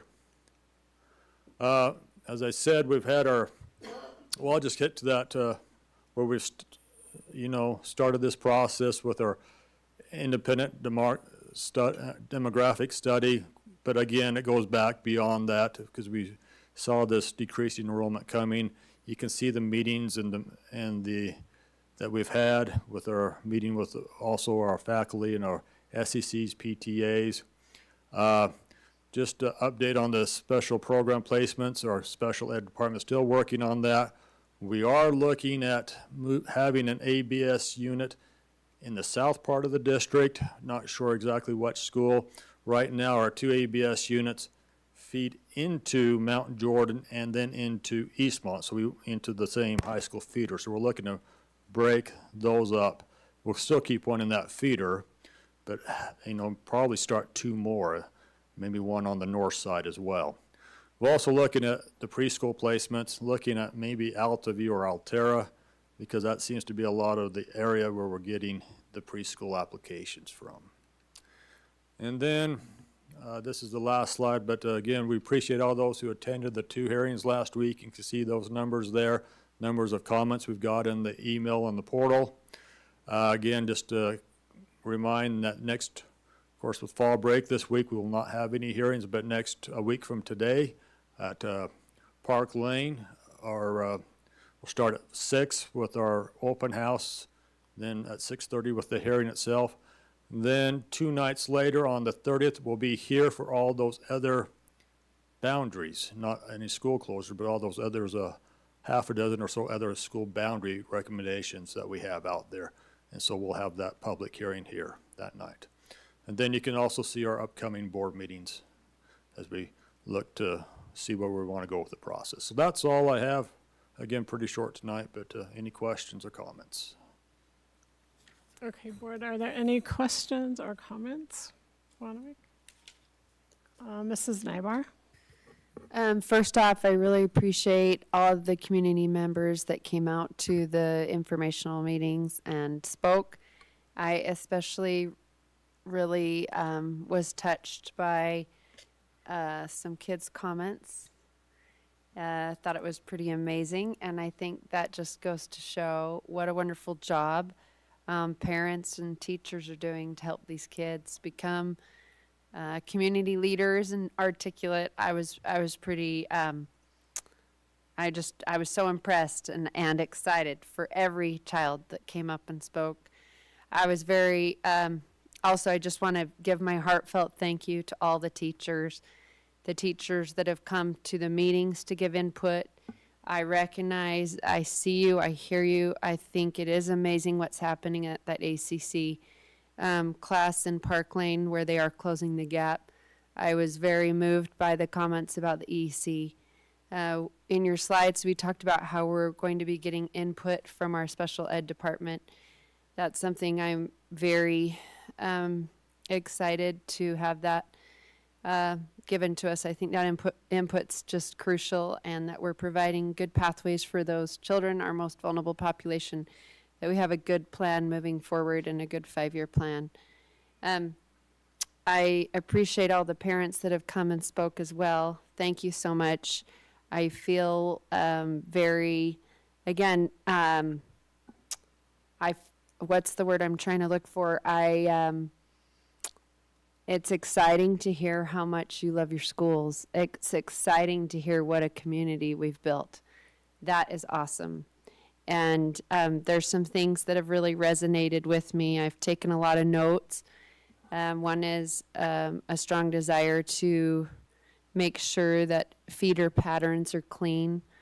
Growing up, I grew up in the Granite School District, and I was one of those schools that our middle school actually went to like 3 different high schools, and that was pretty difficult.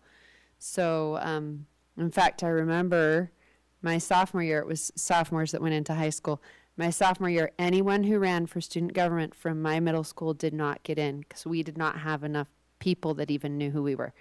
So it was a very small population. But then by the next year, these kids were able to be elected because, you know, people got to know us. But it's hard to go and be the minority into a high school, especially when you go into kind of that little fish, big pond mentality. So I think it's a great idea to look at with the elementary school, trying to make sure that those patterns, those feeder patterns are clean, and as much as we can with the middle school. I know that all our board members are cognizant of this as well. I want to give a big thank you to the Long Range Planning Committee. You have worked tirelessly.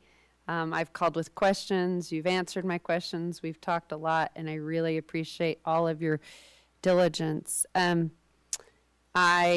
Funny, there was a mom that just spoke about Willow Canyon and Park Lane and Granite and Quail Hollow.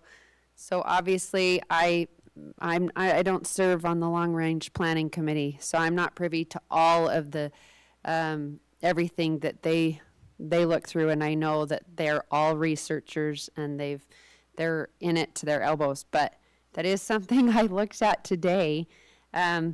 I think that when we look at even that last slide about how many teachers, the schools that need the most support probably to sustain programs and population are Park Lane, Bella Vista, Willow Canyon, Granite, and Sprucewood.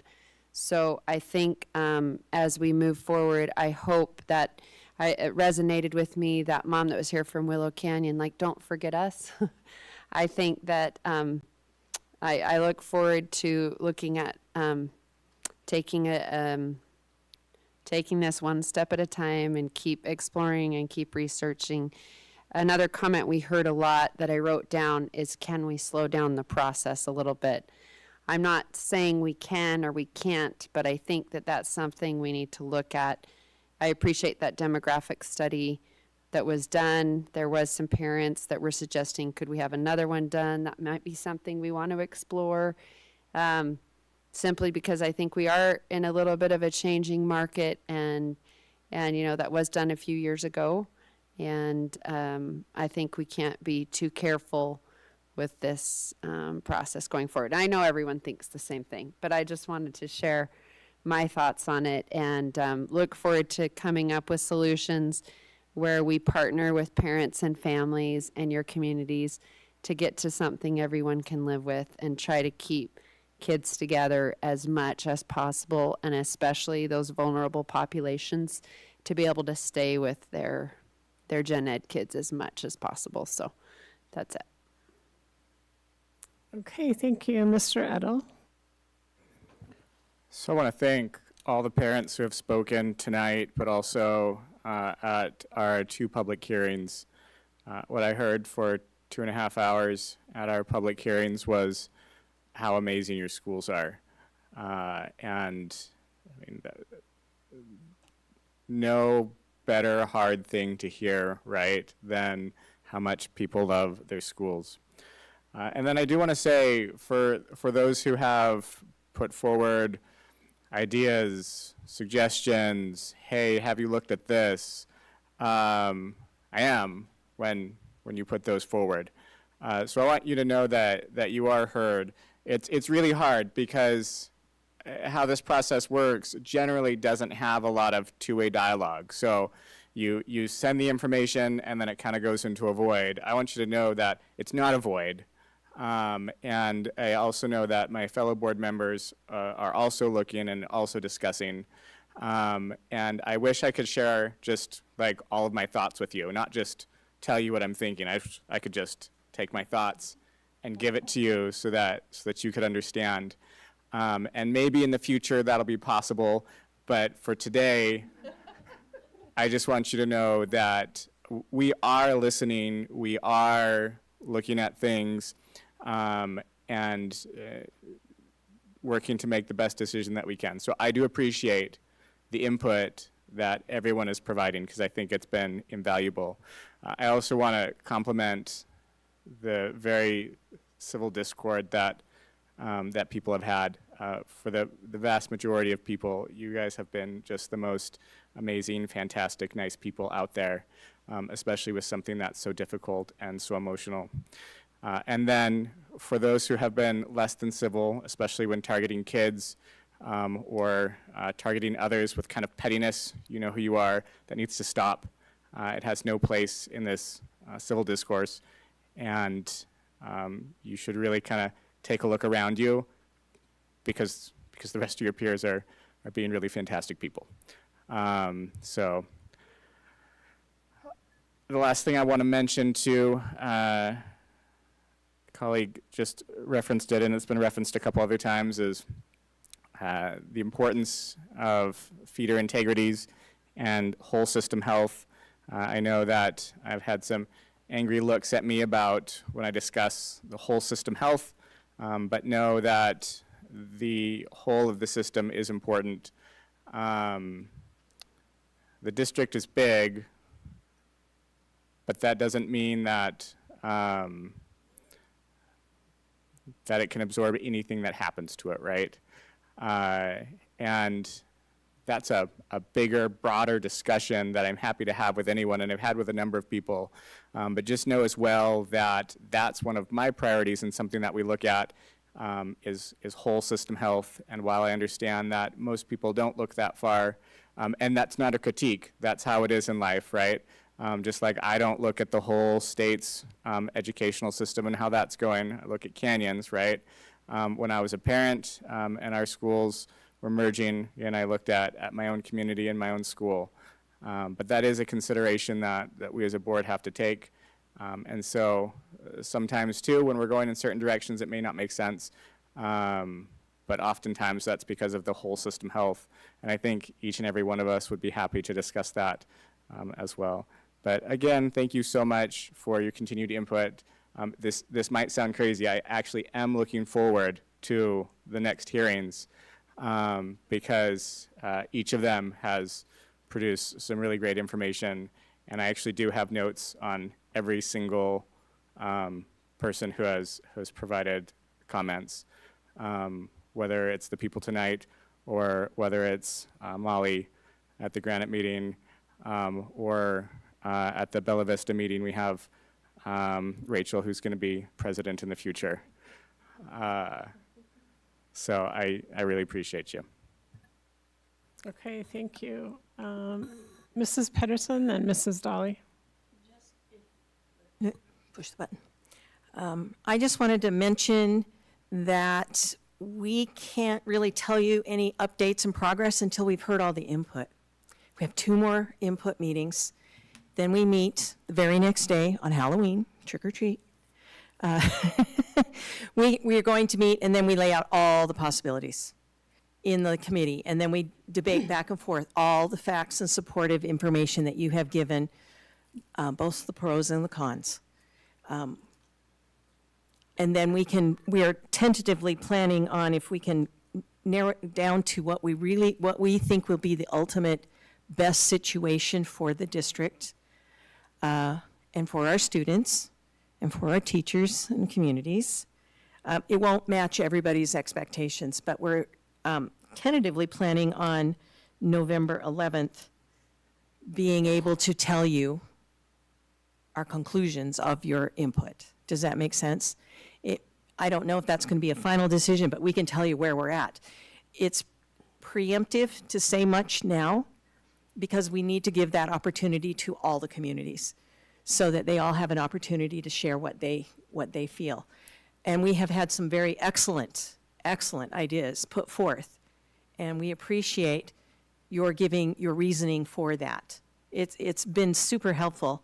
We've had a lot of discussions. And so when we finish with these next two, then literally the very next day, we're going to meet as an entire committee, not just a little mini one, but an entire committee, and hash that out. You know, what are the pros, what are the cons? So we really can't tell you much until November as far as conclusions. What are we learning? What are we thinking? Where are we leaning? Because what we say today may change and should. To be very honest, everything we're hearing, one night you're leaning one way, one night you're another way, you know what I mean? It needs to be weighed and balanced fairly for everyone. So I appreciate that you come out and give us this information. I appreciate the support that we've had at our open meetings. Some of you we've heard from a couple times, and I appreciate that because that reaffirms how important that information is for you. We've had emails, and all those facts have really come in, and we're listing them down. So I think we're getting pretty close to being solid on the opinions one way or the other, but we're not done. Who knows? Someone may come up with this idea or a point of view that we have not heard yet. So thank you. This was the part that you really wanted, which is public input. And we appreciate it because we have never claimed to be the experts. We really aren't. We just have to be the coordinators. Somebody's got to do it, right? Somebody has to. So we appreciate you. So I just wanted to let you know that that's kind of where we're at right now, and that very soon, next month, which is only 2 weeks away, which is so sad to think. Already we're in November. Can you believe that? We're practically at Halloween, and then we're in November. Then we'll do that. If we tell you in November, then we still have another month to refine. Does that make sense? So you'll still have time for input, okay? So I just wanted to share that with you as a member of that committee, kind of where we're going as far as that goes, and how much we appreciate the input that you've been giving us. It's been very, very helpful, very useful. Thank you. Okay, I just want to clarify one thing. When Karen is saying the committee's meeting, it's the long-range planning committee. So it's not the board, it's not all of us, it's just a portion of us with a bunch of administrators. Anyway, so when you see us discuss, it's board meeting, like, yeah, so. See, they So I won't just hear it wanted- as a whole board Yeah, no. until the 11th. Yes, They correct. won't hear it either until the 11th. Does that make sense? Thank you for clarifying. I meant the committee. I'm That's just so fine. we because we're on. You just kept saying committee, and I want to make sure. I you know, I'm on the understood who committee. that So meant, anyway, so, They okay. don't, the whole board doesn't necessarily hear all the debate because we have to narrow it down so it doesn't turn into a 2.5-hour meeting telling them. So, anyway. Okay, thank you. Mrs. Dolly. Thank you. Thank you for being here tonight and for being at our open houses and our other previous board meetings. We appreciate you being engaged in this process and helping us make better decisions based on the feedback you're providing. You've built amazing school communities, and that shows by your engagement, and that helps our students to be successful. And, you know, as we've talked about, all these schools are top schools in our state because of our amazing teachers and families that support our teachers and what they're doing. We want you to know we don't take this process lightly. We know you have these amazing communities, but we want these amazing communities to continue long into the future. And in this declining school enrollment environment, we have to combine schools so they can maintain these healthy communities and healthy school populations. There's a recent NPR podcast talking about this is actually a nationwide issue of closing schools, and they talk about these schools going into a death spiral. As the number of students decrease, you have fewer programs, you have fewer supports, more students leave. It just continues to create an even worse problem. And so we're trying to be a little bit proactive in that process and continue to maintain strong schools throughout the future and for many years to come. Even just this last year in the district, we've lost over 500 elementary students from last year to this year. That's an entire school, elementary school, of students that we have lost in 1 year. This is the real situation that we're in and that we're seeing across the district. These schools that we're looking at are some of the more hardest hit ones currently. And this is going to be an ongoing process for a couple of years. As we've talked about, this is just round one. So as we're looking at stuff, we also are looking at the long range. How do the changes we make now impact, going down to 7 years, so that we're not moving kids again and again? We've heard about this needing to have that consistency and that stability. So we're really trying to take all those into play. And so maybe something doesn't make sense this first round, and it will come out, make sense as things go further down. But we can't announce plans for the later rounds until we actually open a study for those areas and really start diving into the data for those specific areas. But just know that all of your feedback is received. Those 585 emails and portal messages, we are reading every single one of them. We may not be able to respond individually to all of them, but we are reading them. All of the proposals that have come up, particularly for this Lone Peak, Granite, Park Lane, Willow Canyon area that we're looking at, every single one of those proposals, I have written all of those proposals down that people have come to, and we're looking at the pros and cons of all of those options. So we're hearing you, we're listening to you, and we're taking those things into account. I want to say I'm particularly impressed with the students that have stood up to present their comments, not only tonight, but in some of our open houses. That's a scary thing for a fifth grader to stand up and to share and to speak in front of a board of scary adults. So I'm super impressed for them to stand up and to speak, particularly those that are speaking on behalf of their EEC buddies that don't have a voice, and to share the voice that they would want them to have and that they feel they have. So thank you, and thank you for being here. Okay, thank you. I would just like to add that we really do read your emails, and I personally have learned a lot from these hearings and even from what you guys have said in board meeting. There's some things I think that we didn't even think about. So anyway, it really is important, and we do value you guys sending us emails, and I do read them all, and I will tell you, if you don't have an answer yet, we're working on it. It's like hundreds of emails, you guys, and I spend hours every day on it. So eventually you will get an answer back. Don't fret. And if you don't, send another one anyway. But I am working on that, and I just really appreciate how respectful everyone is, and it's really not an easy situation. And believe me, we wish we weren't in this situation. But we really feel like we need to do this and do what's best for students and teachers and for our schools. And all of our schools are amazing, and we all do love hearing how much you guys love your schools. And we will do our best in this situation. It's really hard, but we will do our best. And it's all part of the process. So just continue with your advocacy and giving us your ideas, because it's really helpful. Okay, I think, Jackson, Mr. Lewis would like to say something. Just something real quick to add. Just to kind of bounce off what the other board members have said, we really, really are taking every piece of information into consideration here. We are receiving hundreds, if not, look up there, Bella Vista had 225 attendees, Granite almost 400, and almost 600 online questions. The amount of emails we're receiving is very comparable. If you haven't received a response, just know that your email has been read. Trust and believe, we have read your emails.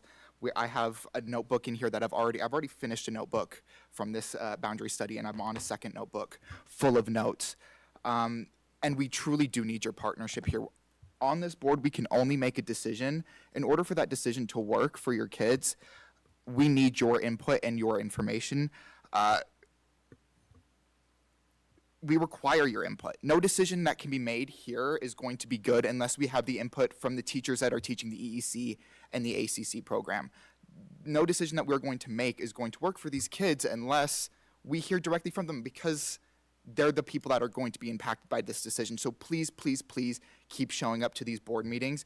Your voices, your opinions are incredibly valuable, and no decision is going to be made without those opinions at the center of our decision. So please, please, please just keep showing up. I know that at some points it can feel like you're speaking to a brick wall.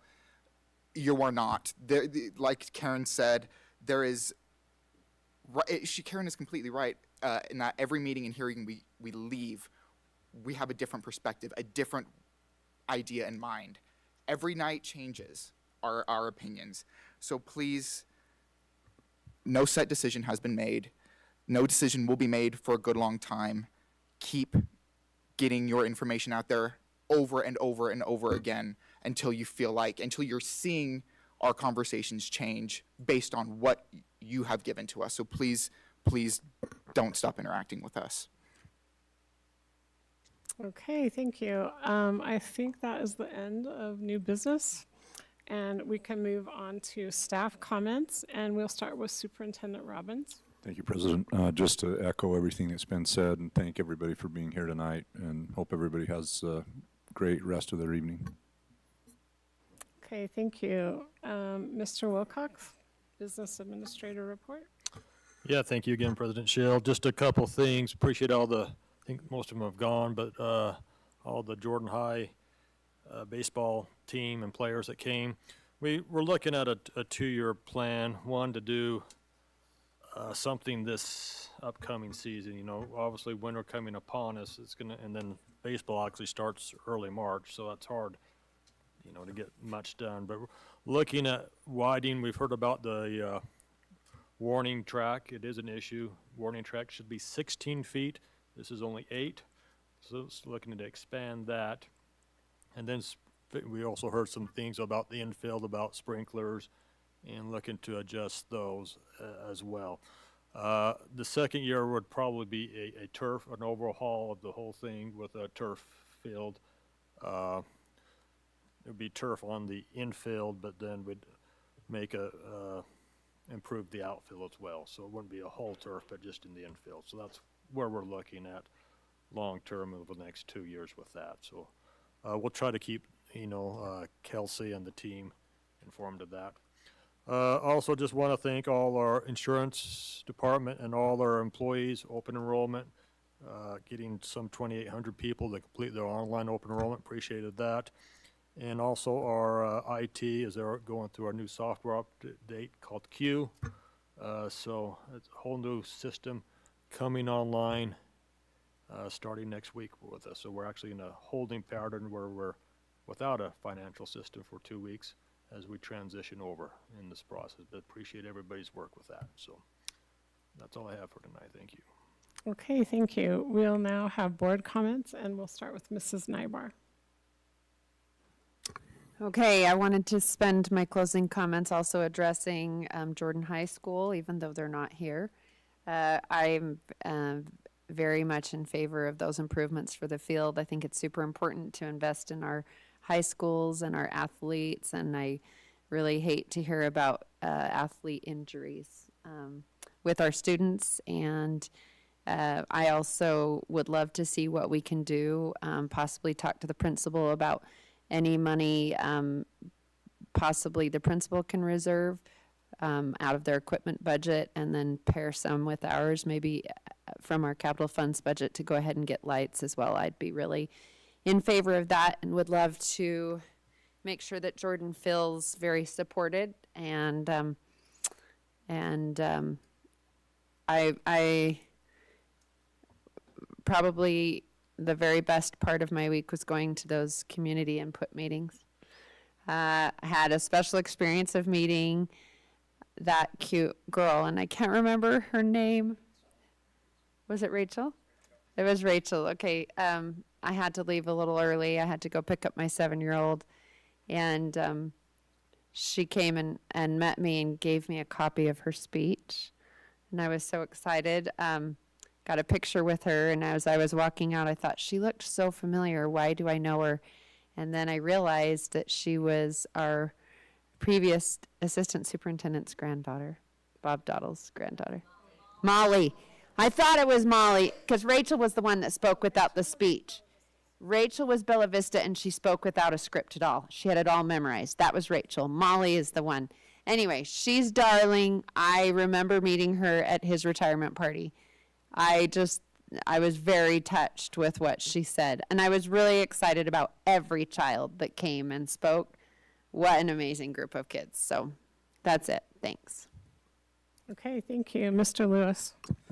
I've already said most of what I wanted to say tonight. I will just say this last week I had the opportunity, as well as most of the board did, to attend the Apex award night. And I want to give a special shout out to Charlotte Graham at East Midvale Elementary, who has served in that school for 47 years. That's way longer than I've been alive. And I think that is a truly incredible thing. I've gotten to know Charlotte over the last year on the board, and she is one of the most incredible people I've ever met. She is just a light in our community, and she won an award this weekend from our district, and it could not be more deserved. I also wanted to mention just more people. Trevin, our amazing lunch volunteer, Nancy, our former board president, Troy Walker, the mayor of Draper, just some incredible people that were honored this last week. Every year, Canyons does an incredible honoring of our community, our staff, our people who support us, and we just have, I'm grateful for the community that Canyons has. It's been very evident tonight that we have a very strong community that cares deeply about their schools, about their kids' educations. And from last week, it's even more evident that that's extremely true. So thank you. Thank you. Mr. Edel. Leon, I appreciate the update on the Jordan baseball field, and I do want to echo as well my support for lighting. I think lighting's not only important for safety and security, but it's the fields and the school is a community space, and I think that lighting helps to continue to promote and foster that community space. As all of our schools are community spaces and should continue to be so. It's as we've heard so many positive things about our schools. We really do have truly amazing schools, and I'm so excited about that. And then I've talked a lot, so I'll be done. Okay, thank you. Mrs. Dolly.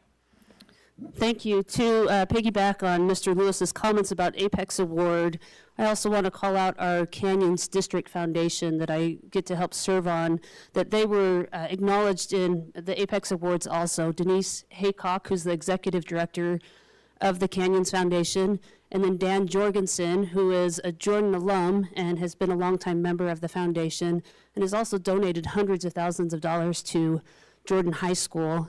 They were recognized with Apex Awards, and we're thankful to our foundation and all the work that they do.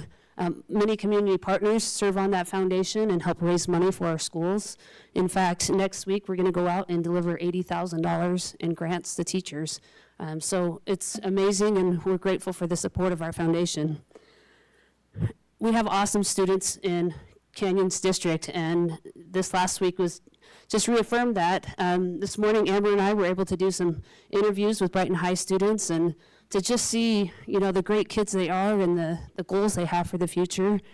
And then last week was able to participate in our Student Advisory Council, where we have high school kids from each of our high schools in the district come in, and we have discussions, and we bring things to them for their feedback, and always amazed at their maturity and their knowledge and their critical thinking and the great feedback that they provide us to help us make better decisions for them as students.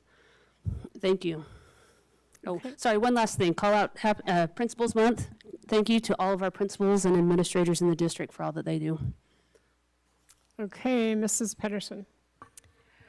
A lot of you've already said some of the really great highlights that I had on my list as well. I love the fact that each year that we're able to go to the Apex Award Night. I don't know if you know that Apex, the word itself is highest, right? The peak. And this is the highest award that we can give anyone who serves in our district. And it's very difficult to decide each year who deserves that highest of awards. I wish we could line everybody up and give them an award every year, because we have such fantastic leadership and educators and support systems for our students. An example of that would be, as was mentioned in our recognitions, that the school bus drivers, or that, I have their names written down, but I didn't put it on this paper. Anyway, the preventive maintenance that they're doing and how much money they're saving, that's on their decision. That wasn't mandated, that wasn't requested, that wasn't required. That's one of the qualities that I really enjoy experiencing and helping to develop in Canyons District, that employees are empowered to be able to make decisions on their own on how can they contribute and make a difference in our district. That is what we need, is we need independence and trust that they're going to be able to do their job to their highest ability. So I'm just so impressed that they had done that on their own. I'm always excited when theater season's opening up, so I'll probably be at all of the all of the performances. My grandkids actually fight who gets to go with grandma each time I go. My husband gives that spot up. He says he knows the grandkids really enjoy that. And then my last comment, because I already commented about the boundary stuff, is I want the baseball community and all the sports in our district, but particularly since Jordan's came out, we have heard them, and we have, as you can tell, plans. I wish things would go faster than they do, but it's kind of like driving the Titanic and seeing that iceberg of a baseball field sitting there and being able to turn that boat so that we can avoid a collision and be able to repair that before it becomes a bad situation. Unfortunately, we're a Titanic, so it takes just a teeny bit longer to get things in place, but we have heard the community, and we are all, as a board, I'm pretty sure I can speak for the board, saying that we all support getting improvements for our baseball teams.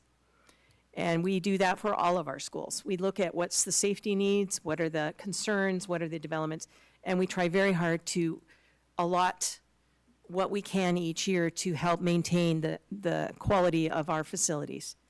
So I just appreciate just even being I know this sounds funny, but I appreciate being on the board. This has been a really great growing experience over the past couple of years, and to be able to rub shoulders with you and to hear you and to enjoy learning with you about difficult things in the district and knowing that you're part of the system. It's not just us, it's all of us. It's a community. So I so much enjoy being a part of that. I don't necessarily love 2.5-hour meetings, but if that's what it takes, that's what it takes, right? I really do appreciate all that you guys have done as a community. Thank you.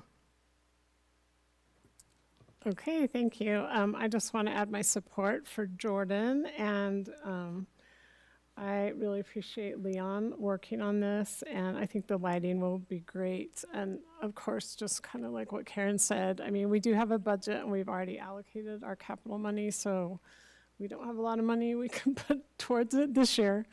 But anyway, we have made significant investments in Jordan because we do value that school, and we want those students to be proud of their school. So I'm grateful that we're going to be able to do something there, and can we make sure that we communicate that to the principal, to the baseball coach, that he makes sure to tell also the parents.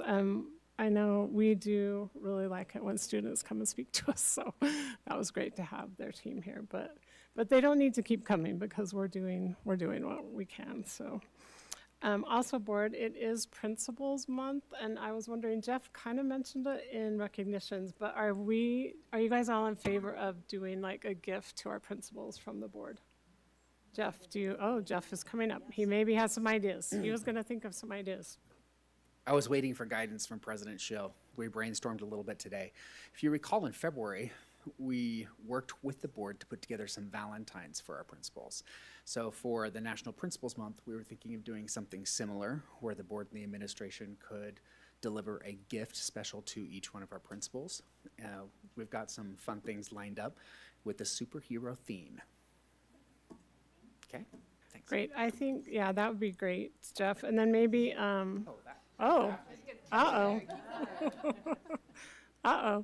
Okay, that's great. So maybe if you can just let the board know, and then if we want to deliver them ourselves, we could do that if we have time. So that would be great.